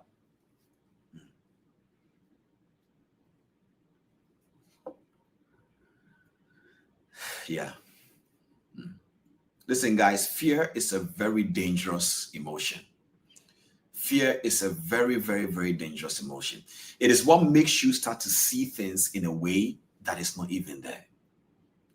It's just that when I mention the fear, I just really want to hammer it right now. Some of you guys are so afraid of the future that you are not even moving forward. Listen, ladies and gentlemen, as a trader, today I was talking to somebody and I told them something. I said, listen, if you are afraid of losing in trading, that is the beginning of your downfall. You will never make money. Why? Because there are certain things you need to understand in this world. Light does not come out of light. Light comes out of darkness. Life, L-I-F-E, does not come out of life. Life comes out of death. So when you plant a seed, the seed does not come out of something living. The seed goes into the ground and dies. Are you listening? I don't know why I'm digressing a little bit, but something needs to let somebody hear something right now. That if you are afraid of losses, you will never make money in this industry. And so you need to be able to understand that this world is operated in laws. Something must come out of something. So when you pick up a tree that is alive, once upon a time, it came out of a dead seed. If you pick up any single thing that has life, it came out, of something that was dying. So for example, if you pick up a mother, the reason why a baby is able to grow inside a mother is because the moment a woman is pregnant, the body of that woman, the immune system, is shut down to a level of a percentage. That is why you hear things like, oh, this woman is having sickness, morning sickness, is because something happens to your immune system. Do you know why? Because if your immune system is so strong, your immune system can kill the baby, because that baby feels like a foreign material in the body of the woman. So every single thing that is supposed to come alive must come from something dying. Light comes out of darkness. Same thing with wings. So that means now that you are listening to this concept, what does wings come out of? I want to know that you guys are listening to me right now. Every single time that my messages switch up and it goes into a different direction, I can tell that somebody's life is changing right now. When in this case, if you're listening to me right now, what does wins come out of? I want you guys to put in the comment. If life is, for example, cold, if something is supposed to be hot, it comes out of cold. Are you with me? So that means if you put water on a cooker, before it becomes hot, it comes out of what? Something cold. So if this is the same analogy in laws and principle, what should wins comes out of? Listen to this carefully now. What does wins? Losses. So next time, if I tell you that a stop loss is a stop trade, I'm not just trying to give you some motivation, affirmation, something or whatever. A stop loss truly is a stop trade. It's not a loss trade. Why? Because as a trader, you are meant to stop losses. So once upon a time, you thought every single time you are hitting stop losses, it means that you are losing. No, Chief. Every single time you hit a stop loss, it means you have stopped a loss you don't want and didn't plan to lose. However, as far as losses is concerned, it is perfectly normal for every trader. Why? Because wins must come out of losses. That is why when you enter any trade, no matter how good the setup is, what the first thing you see, Chief, is called negative. That is why people sometimes say, I got a sniper entry, and they celebrate. Why? Because under normal circumstances in trading, the first thing you must see when you click buy or sell is negative. So every single blues came out of red. So don't be afraid when you are going into the market and you know losses can come out of it. Because the more losses that you are seeing, if you study the pattern of what is causing the losses, you can bring many blues out of that. It's called backtesting. That when you practice over and over that strategy and it seems to be red on Monday, red on Tuesday, what you need to ask yourself is, if this is not a market condition and it's a strategy thing, how do I bring wins out of these losses? If somebody is learning, please drop some number ones in the chat for me. As I told you guys, every single time that my teaching changes to a dimension of transforming minds, I can feel it. I want you to listen to this carefully now. So if you are here and you are afraid, fear of missing out, fear of losing trades, fear of what if, I want you to understand right now that the same thing that happens to every single thing in every dimension happens also in trading. That you need to think in probabilities. That means that you will lose some, you will win some, but losses exist so that wins can come out of it. Principles. Are you guys with me? Principles. So wins come out of losses. So the next time that you are afraid you are about to lose, say no. I know that losses are part of this game, but my wins will come out of the losses. It is not motivation. It's a concept you need to understand. So today what we are talking about is fear of missing out. What are some of the instances that people start to be afraid of missing out? What are some of the instances that people start to be afraid of missing out? Number one is called the breakout trap. It happens to many traders. How many of you guys are listening to me right now that you enter into the market and then you it's like this, especially those who trade break and retest strategies. Normally you will find out that the market will fake you out. But right now, break and retest is not the only thing that is being trapping traders. Also, we call something fake out or liquidity run. These are some of the things. Now listen to this carefully now. When the price finally breaks out of a key level, the first thing your brain will tell you is it's finally moving. It's finally moving. And you don't want to miss that breakout. So your brain will start telling you things like, what if it doesn't come back? What if it keeps on going? What if? The minute your brain starts telling you those things, you need to know that something is about to happen to you right now. Either you're going to be making an impulsive decisions or not at all. Are you guys with me?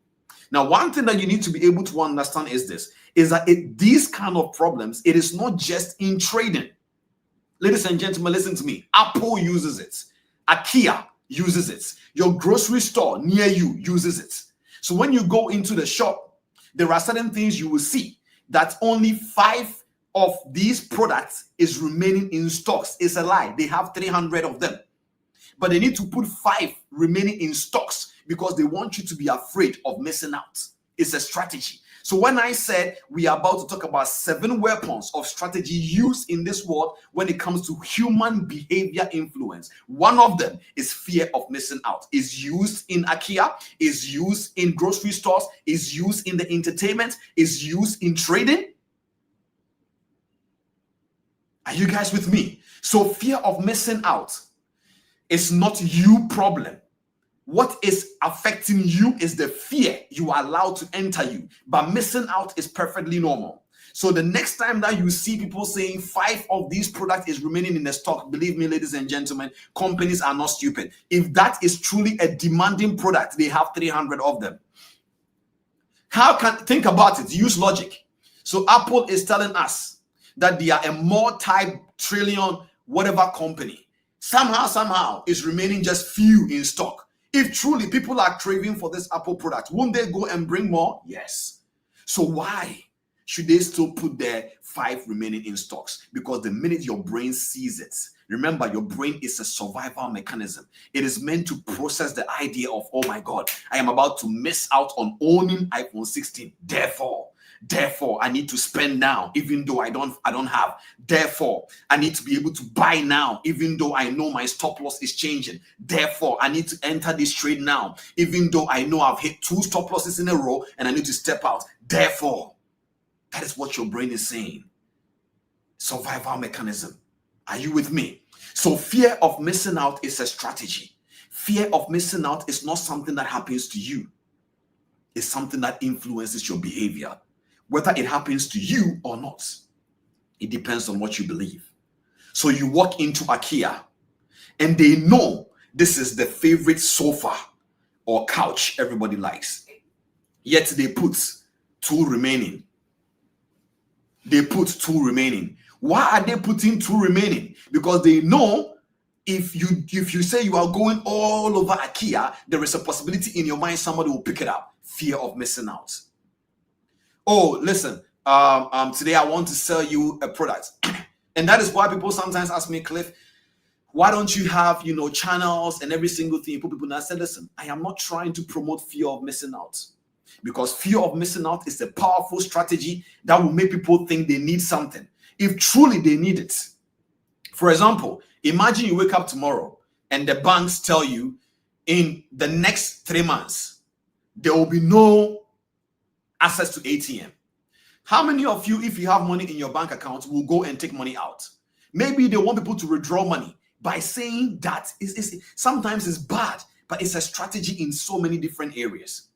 So at the end of the day, you need to be able to understand that what you are studying as a trader goes beyond just your platform of trading. It's a strategy used in this world. And the minute you understand what the actual meaning of fear of missing out is, it doesn't become a negative disadvantage anymore. It becomes a positive reinforcement. That is my goal. That you sit down and when the next time somebody asks you, hey bro, I don't know why I'm afraid of missing out, the next question you ask the person is, what do you think you are missing out? Or what if? Fear speaking now. What if? Fear speaking now. Are you guys with me? Reinforcement is why we are studying this. So Apple uses it. Amazon uses it. Sometimes you go to Amazon.com, all right, of maybe, let's say, whatever it may be. The retail trading space of Amazon, they will tell you we have only 5 of these ring lights remaining. It's not 5. There is more. But they have to put 5. Have you ever seen that you go to some website and they will put something saying 10 people signed up for this? So now you understand. They are all marketing strategies. Weapons in this world is used. Everybody is using TikTok. Everybody is using Instagram. Everybody is using Facebook. Weapons, invisible, used against you. Everybody is watching this movie. Everybody is watching this team. Everybody is supporting this. Weapons of strategies. So now the next time as a trader, you talk about fear of missing out. Don't think that it's only just in trading. Let's get back to our example now. Number 1 example I gave you guys is what we call the breakout trap. Are you guys learning? The breakout trap. So the breakout trap is when you think the market is about to leave you behind because it has broken a certain area. So yes, one thing I always tell people this is that if truly the market will go to the direction it is saying it will go, it will always come back and go there again. Let me be a little bit dramatic. If the market will truly go to the direction it's saying it will go, listen to the ladies and gentlemen, we have cycles of market movements. We all know we have accumulation. This is not about whether you trade institutional or small money concept, whatever. Accumulation of the market faces accumulation. And then when it breaks out of accumulation, it always looks like it's going to leave you behind. It's not true. It's not true. It's not true. Because of market structure, the market will always, listen to me and write this down. Even if you don't trust the market, trust the structure. I'm going to say it again. Even if you don't trust the market, trust the structure. What that simply means is that the market would never go to a certain direction without correcting itself and playing out in a structural form. So if it looks like it's leaving you behind, then it is not ready to go yet with you. What are we debunking today? Fear of missing out. That it is a strategy. So people sometimes say, Cliff, the market is manipulating me. You need to know the weapon. The weapon is using. The market uses 3 strategies in contest to form one major one. It uses inducement, it uses creation, it uses hitting. One of the major grenade is fear of missing out. And it catches many people, not because they are bad traders, but because in their life, fear of missing out has already catch them. So the next time the market tells you is going, tell the market bye-bye, because if you are truly going there, you will come back again. Let me tell you guys something right now. Imagine if imagine if a killer has taken 20 people hostages and they can read the mind of the hostage. Listen to the carefully now. The hostages can read the mind of the kidnapper, the hostages. They can read the mind of the kidnapper. So the kidnapper is saying, oh man, these people think I'm going to kill them. I don't even have the heart to even kill the chicken. Now the hostages are listening. What? So the guy is having but then that is the mind they are reading, right? And then the kidnapper is like, I will kill them. Yeah, I will kill you if you get up. Then in this mind, oh man, if these people charge up and they say they want to beat me today, I'm in trouble. So are you with me? Let me make this example very clear so that people understand what we are teaching you guys is powerful. Just listen. Number 1, let's say this is a kidnapper. These are the hostages. One little 5'6" hostage with a gun. 5'6", 5'6", 5'6" feet or whatever I would call it. A kidnapper with 20 people and he's holding a gun. It doesn't matter whether even if it's AK-47. And he's looking at the hostages and he's saying, man, I will kill these hostages if they get out. So that's why it's coming out of his mouth. And then in his mind, he's saying, man, if these guys charge up today, I'm in trouble. But then the hostages can read the mind of this guy. And after he finished thinking that in his head, he looked at them and said, sit down, I will kill you. And he was like, oh my God, please, if this guy know that I'm kidding, they will kill me. If you are the hostage, what would you do to that 5'6" guy? Are you with me? This is what fear does. So fear is like that kidnapper who is 5'6" feet. That makes everything look so giant, but it's a lie. It's a big, gigantic deception. It's a lie. It's not going anywhere. So it breaks and say, whoa, we are going to 3,000 now. But it's like it's going to come back again, pick up another liquidity down there and go back again. Why? Because the market, the big boys will never move with their own entire money alone. Why? They need to grab orders. When you know this by knowledge, when the market spike up, you will pick up your glass of wine, non-alcoholic, ladies and gentlemen, and sip it and go like, okay, if you say you're going to go, just go. Just go. It's okay. If you are going, go. And the market will be like, what are you saying? Are you not coming? Are you not coming? I'm going, no. I'm going, no. And you're like, okay, don't worry. You can go. You can go. Just go. And the market is like, okay, fine. Come and let's go. Then it start pulling back. Okay, fine. You come and let's go. That is how I want you to see this. I know it sounds childish, but when this concept ring in your mind, fear of missing out dies. Ladies and gentlemen, are you with me? Fear of missing out dies when you know the market, respect its structure. So if it is an accumulation phase, it will make mark up, mark down, mark up, mark down, mark up, mark down, reach a point and distribute, and also create another structure to come down. So all you have to do is to wait for it to change character. Come back again, whether you are using fair value gap, whatever that you do, and then you wait for a break of structure either on a smaller time frame. There you go. So now you tell the market, so the next time the market tell you that I'm leaving you behind, what do you say? Bye-bye. Okay, you can go. Bye-bye. Okay, because if you truly listen, let's create this concept right now. The next time that the market tells you, I'm going and leave you behind, say, if you are truly going to go, you will come back and call me. Wherever you are, let's do this back and forth. The next time that the market tells you, I'm leaving you behind, I have broken a certain key level, I want you to basically respond and say, if you will truly go there, you will come back and call me. We're going to do this 3 times. If the market tells you that I have broken a certain key level and I'm leaving you behind, you will tell the market. If you will truly go there, you will come back and call me. 2 more times. The next time that the market tells you, ladies and gentlemen, this is psyche right here. If this becomes a concept in your head, it changes you and free you from fear of missing out. The next time that the market tells you that, listen, I have broken a certain key level and I'm going there, and what do you tell the market? If you will truly go there, you will come back and call me. 1 more time. The next time that the market breaks a certain key level and say, listen, chief, I'm leaving you behind and I'm going all the way for the home run. You look at the market and say, market, if you will truly go there, you will come back and call me. Ladies and gentlemen, what are we doing today? We are killing fear of missing out. You don't kill fear of missing out by talking. You kill fear of missing out by knowledge. Remember our analogy about the 5-6 feet guy, the short guy with guns. He's telling us he's going to kill all the hostages, but in his mind, we know he's capping. He doesn't even know how to kill a chicken. The minute that knowledge becomes, fear dies instantly. That minute, if you're not careful, you even pick up your phone and start watching Netflix or YouTube.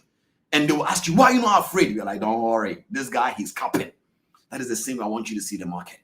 Fear of missing out dies instantly. Ladies and gentlemen, are you guys learning? If you guys are learning right now, just let me know. And this is why you study market structure. So the next time that you are studying market structure, is not so that you can go get a chance to over leverage. You are studying market structure because you want it to do something to your conception when it comes to how to move with the market. So when they ask you, we have lower highs, lower lows, higher highs, and higher lows, you are not studying to sound smart. Every single thing you study must do something to your perception.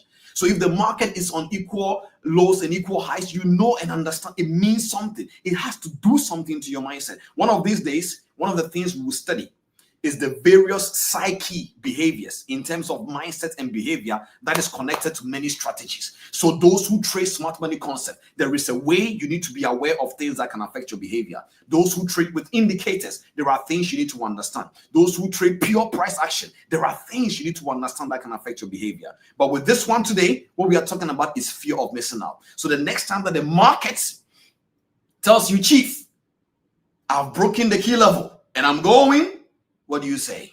That if you will truly go there, you will come back and call me. So the first instant how the market can be able to manipulate you when it comes to fear of missing out, what did I say? Is what we call the breakout side, the breakout trap. The next thing is called the news spike. The news spike. So ladies and gentlemen, news spike is one of the things that also create fear of missing out in this industry. But listen to me carefully now. News is like this example I'm about to give you. Let's say you have a patient and the patient goes to the hospital. He's not a patient yet. He's a civilian who just went to the hospital. And they told this individual, unfortunately, right now, you have cancer. This individual's life is going to change in mood. The person's volatility will change in his behavior. But that is not the day the person dies. So if the doctor tells the person, unfortunately, you have this autoimmune disease, whatever, the individual can break down, but the person is not dead yet. That is how I want you to see news spike. It creates a sort of volatility in the market instantly, but it doesn't mean it has changed the overall course of the whole entire market structure. No. So there is something called news spike setup. The strategy is that the news will induces Fomo, so that people will now forget about the structure they are looking at and chase news setup only, even though they know there is a structure they are supposed to look after. Are you with me?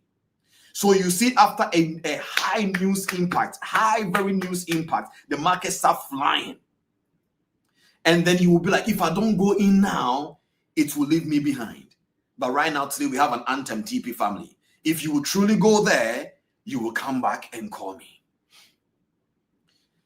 Now listen, sometimes it can be like, but what if it doesn't come back? You may not come back now, but you may come back later. You may not come back now, but you will come back later. I think this should be our declaration for this coming Monday to Friday. If you will truly go there, you will come back and call me. Very important that you understand this. So new spike setup is one of the things that induces FOMO. So you need to be able to discipline yourself. Ladies and gentlemen, when I said, what did I say? I said missing out is not the problem. We have joy of missing out. I call that JOMO, if that is a word. But joy of missing out. That is when something bad happens and you are glad.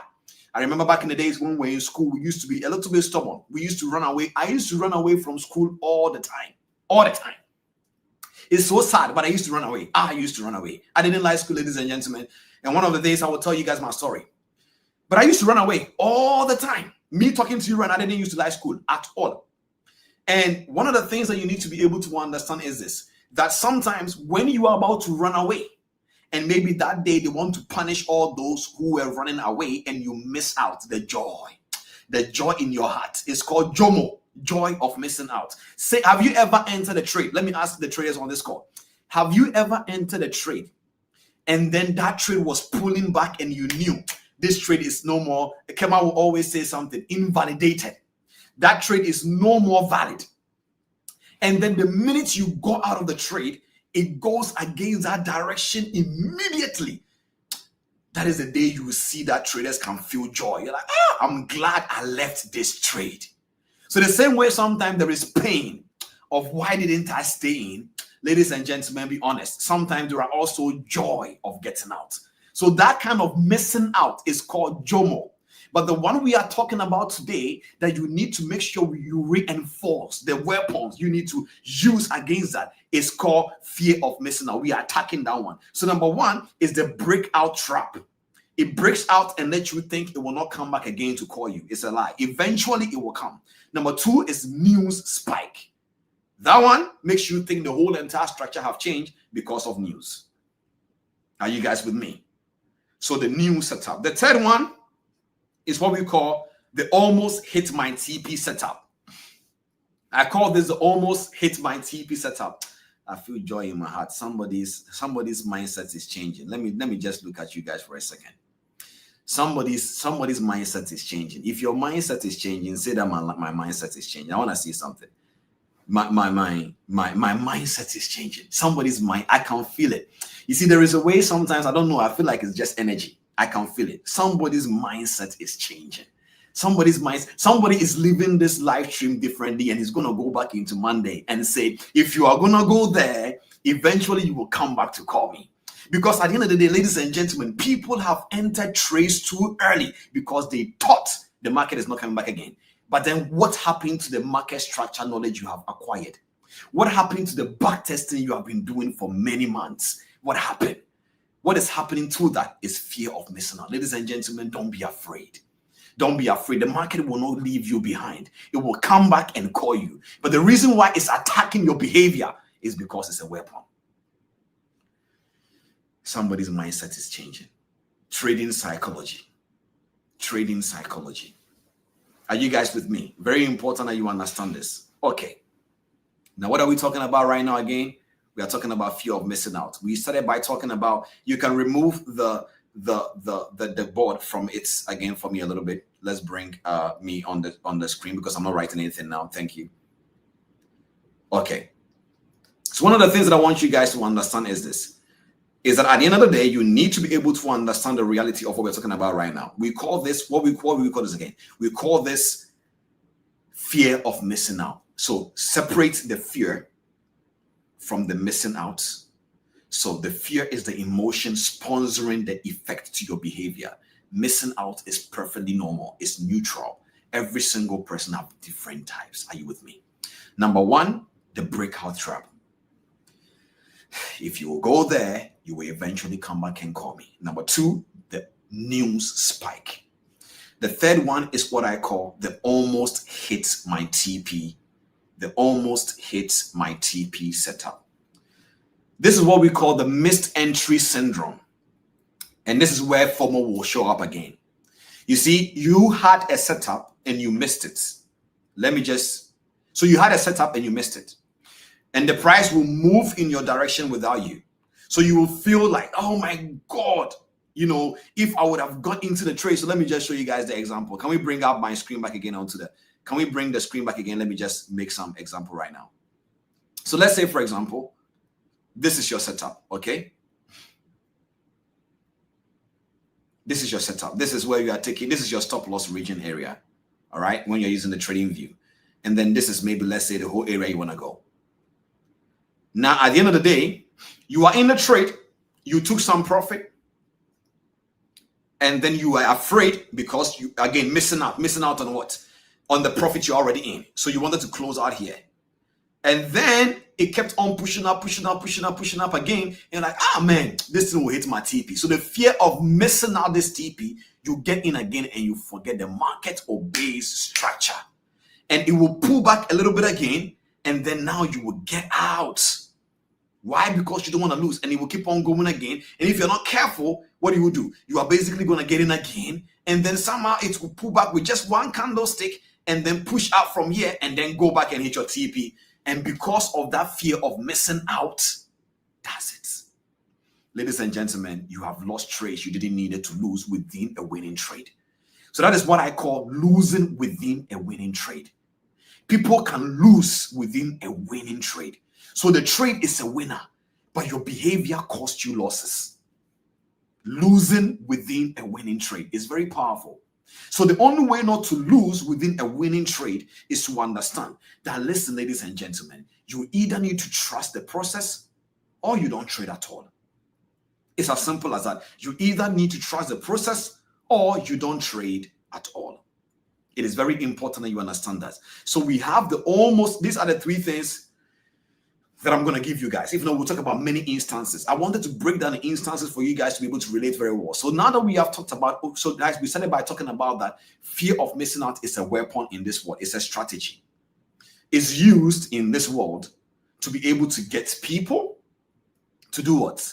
To be able to do the things they don't really necessarily want to do. Is that true? So they don't want to basically do these things, but something will influence them.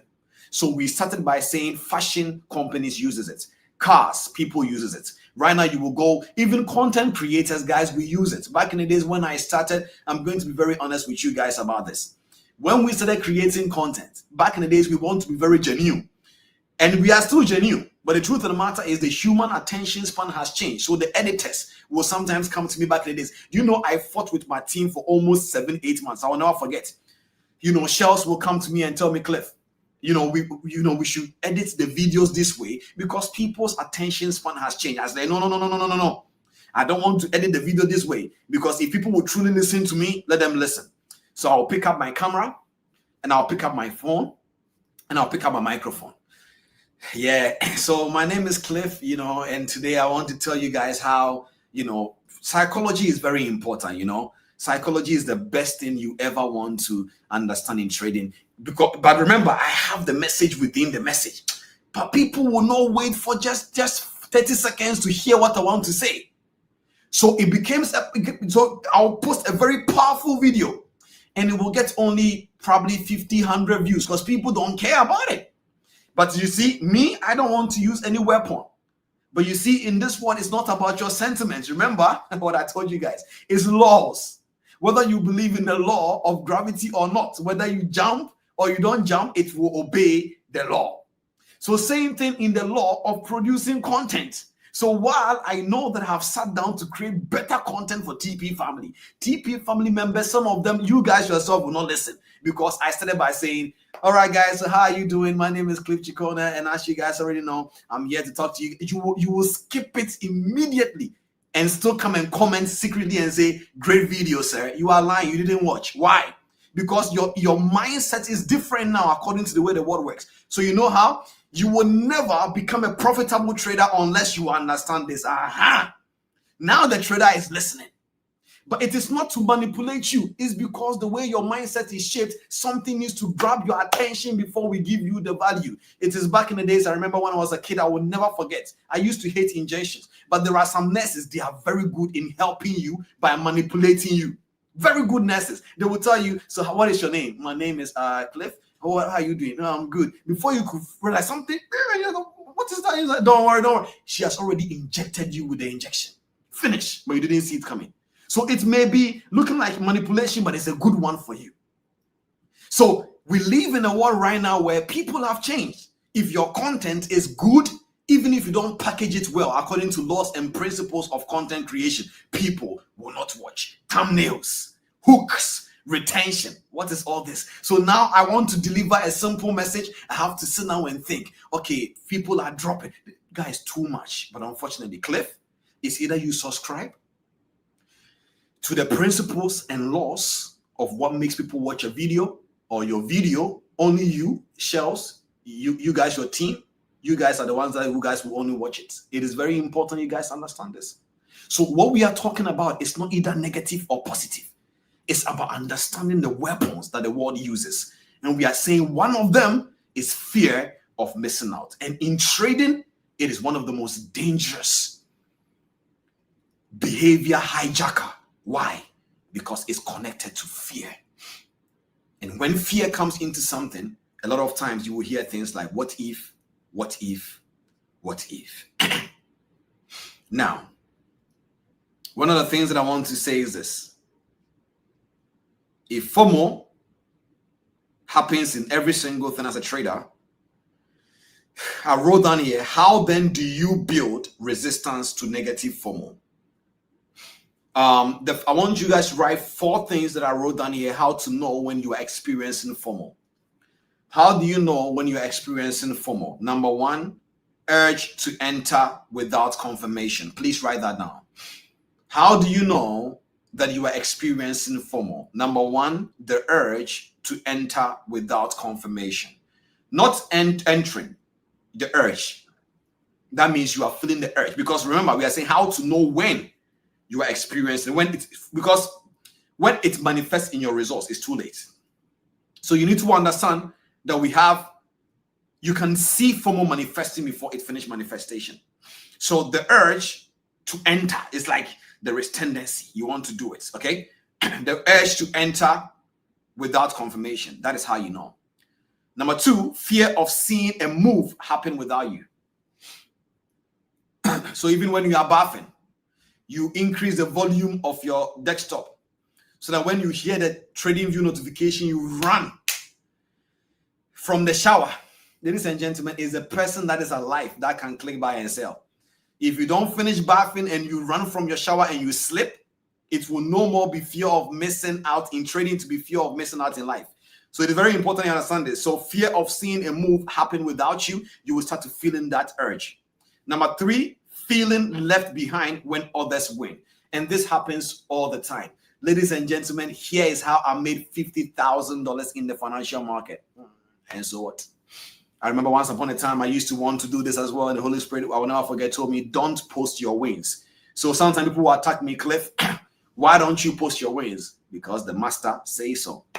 I cannot post my wins. Why? Because the people who are following me, they really take the things I post very seriously. So if I'm posting, I made $5,000 in a day. Will I also post if I lost $10,000 in a day?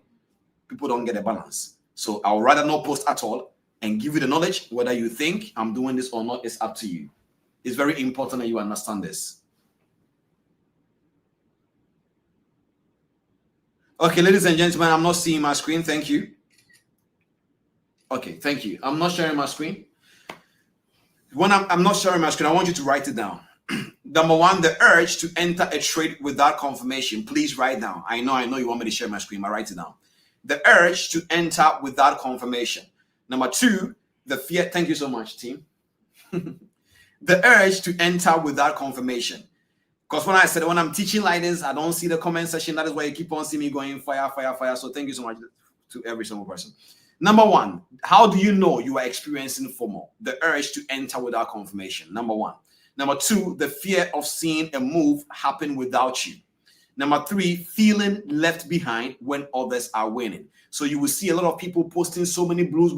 You know, one of the most serious things that hijacks the mind of a trader or their behavior. Have you seen the type of trading that you know you can enter with 0.501? But the tendency of breaking it down into multiple positions, it feels so good to see many blues. It's called dopamine hit, yeah? If you have not seen dopamine in trading, go and watch that masterclass on our channel. It's called dopamine in trading. It's like you open many positions, 0.01, 1, 2, 3, 4, 5, almost 10 times. Chief, if it is the same entry, enter one position. Okay? But then every single thing we do is about dopamine chasing. Is that right? So it is very important you understand this. So number 1, urge to enter without confirmation. Number 2, fear of seeing a move happening without you. Number 3, feeling left behind when others are winning.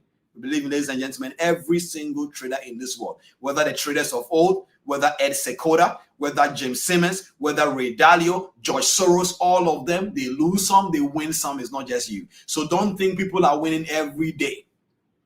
I remember when we started trading and when I started trying to recruit, because I do manage a group of traders. I work with them, and as you know, in a psychology firm, in a department, and we manage them. And when I started trying to recruit traders into this department, I realized that sometimes I will see some trader, everybody is hyping, and I want to recruit this trader for him to be recruited into the company as a portfolio manager. But then from the outside, he's hitting TPs all the time. But then from the inside of the person's Telegram channel, you will see that they are basically just losing. And I'm like, hey, the social media outside, everything looks beautiful until you go inside, it's very fun. Anyway, that is the industry we are in. So the last one is disregarding your trading plan to not get in now. So one of the things you will know you're about to experience FOMO is you will start to disregard your trading plan. Now, how do you build resistance? I'm going to give you guys 1, 2, 3, 4, 5 things to be able to build resistance. 5 of them to be able to build resistance. Number 1 is awareness. Number 1, let me now share my screen with this one, ladies and gentlemen.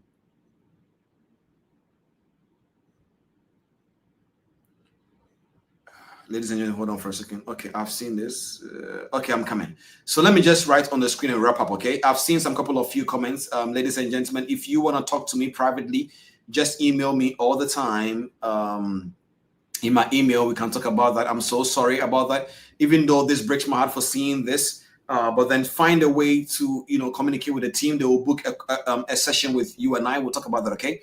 Now let me give you guys a couple of few things and we start wrapping up, okay? Number 1, how do you build resistance? Number 1 is awareness. How do you build resistance to FOMO as a trader? Number 1, awareness. Awareness of what?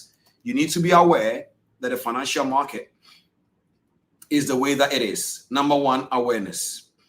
Number 1, awareness. Number 2, what do you need to build? Number 2, okay, I've seen the comment, guys. I will come, okay? Number 2 is redefine missing out. We have already done that already. So redefine missing out. You need to be able to understand, ladies and gentlemen, that redefinition is everything. You may have heard me say this over and over again, that there are 3 levels of learning in this world. Number 1, the first part of learning anything is called unlearning. Unlearning is another dimension of learning.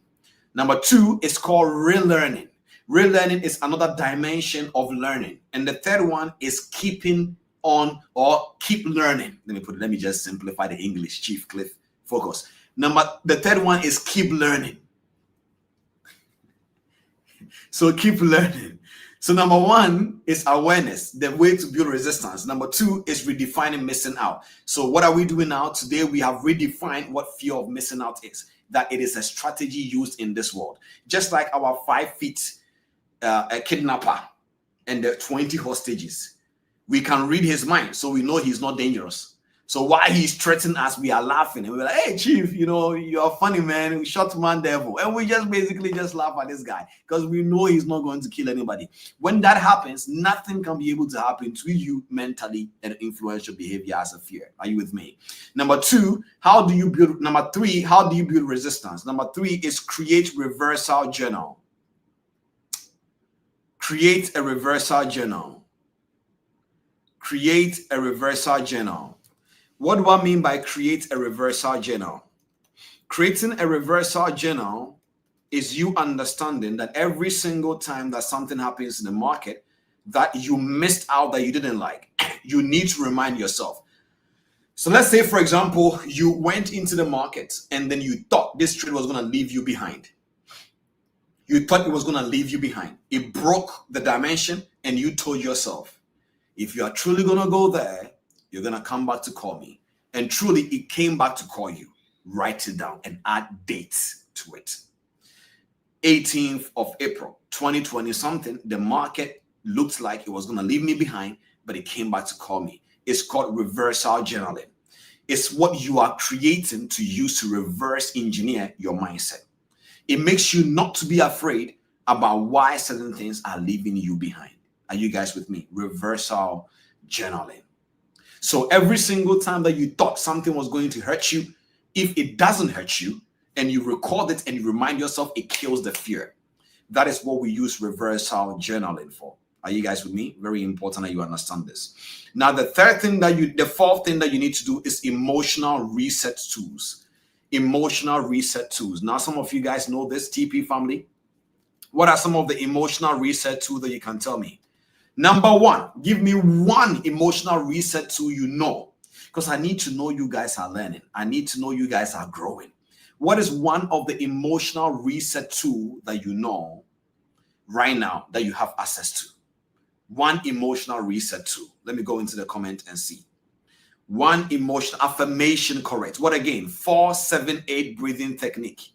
4-7-8 breathing technique is also an emotional reset tool. So the next time somebody come and find you in your trading room and you are like,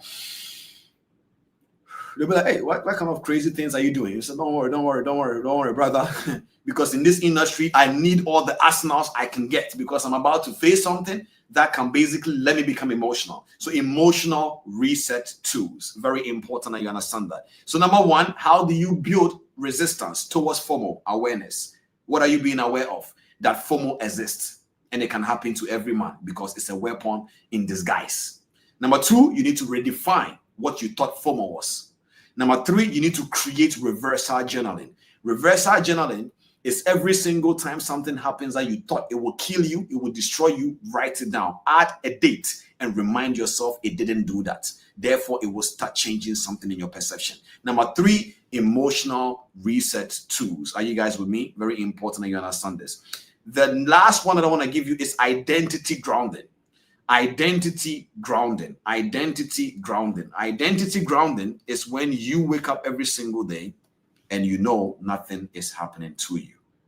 You tell yourself FOMO phase when you stop lying or tying your identity to one trade. Again, ladies and gentlemen, one of the most amazing individuals in this industry, and may his soul rest in peace, Mark Douglas will always tell you, think in probabilities. Don't tie your emotions to one trade. In fact, don't tie your emotions to any trade. Remember, what did we say? That wins comes out of losses. Wins comes out of losses. And so when you go into the market, whether today you're experiencing 1 or 2 losses, no problem. You know that there is a day coming, your strategy will play out because trading is a game of probabilities. Are you with me? Game of probabilities. So one trade does not define you. 2 trades does not define you. A month trade does not define you. TP or stop loss does not define you. They are just numbers in accumulation. They don't define you. They don't make you who you are. They are just a game of probabilities. So ladies and gentlemen, one thing that I want you to understand is that missing out didn't kill your trading account. What killed it was the fear that said you must chase it.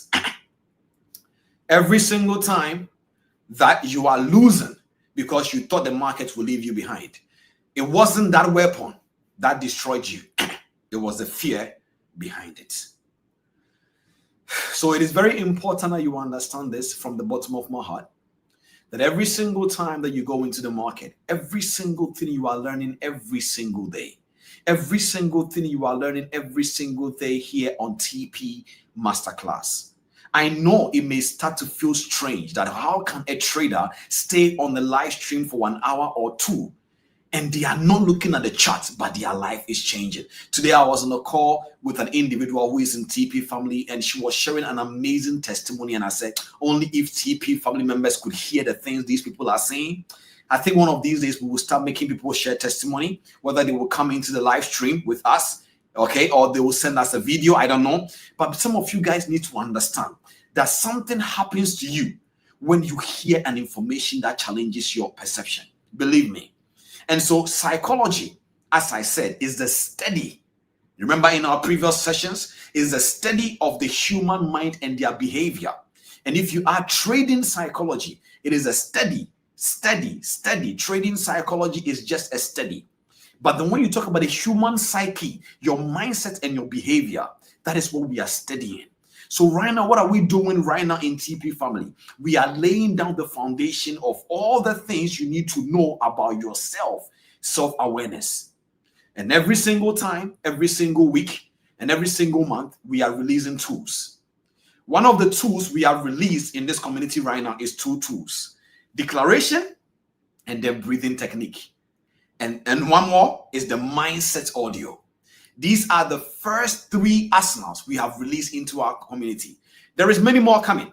There is going to be one called visualization, that you wake up in the morning and then you can watch a certain video we have made specifically so that your brain will start aligning with destiny. So you sit down and you watch 1 minute, 2 minutes, 3 minutes, something start happening to your mind without realizing why. Remember what I told you guys, when you take any medication, you don't tell the medicine, when you go into my body, do X, Y, Z. Imagine taking Panadol and you say, Panadol, when you go into my body, I want you to heal the pain. You don't do that. Why? Because you know, in science, we call something mechanism of action. So Panadol knows what to do.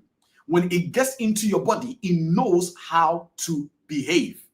Same thing with knowledge, same thing with things you hear, same thing with things you see. So right now we have 3 arsenals in TP family. Number 1, mindset audio. You have to listen to it every single day in the morning. It's on our page. Number 2, every single day, Monday to Friday, I do my best to select a series of declaration and we post it on our YouTube community tab.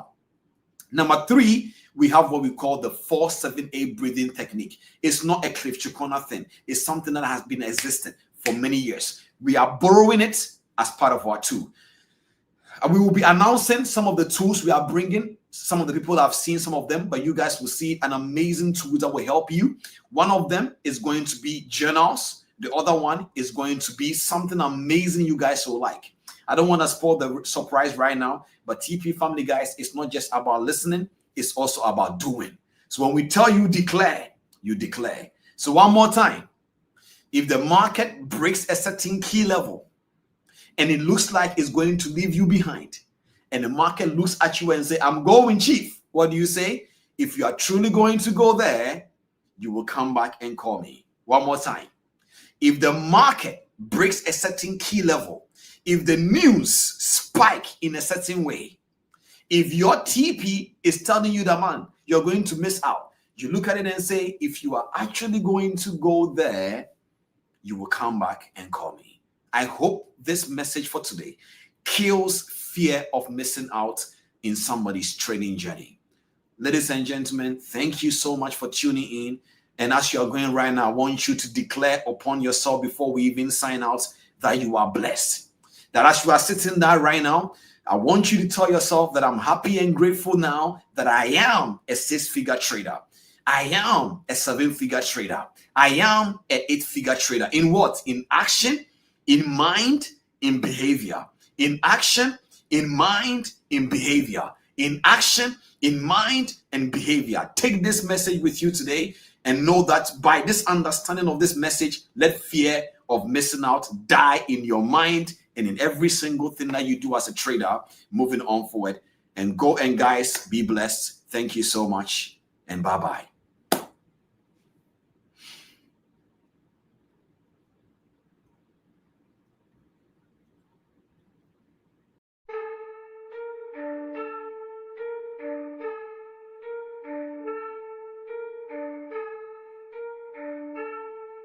Trading is a mind game. Trading is a mind game. You heard me. Trading is a mind game. Fix your mind, fix your trading. Fix your mind, fix your trading. Fix your mind, fix your trading. Fix your mind, fix your trading. Fix your mind, fix your trading. Fix your mind, fix your trading.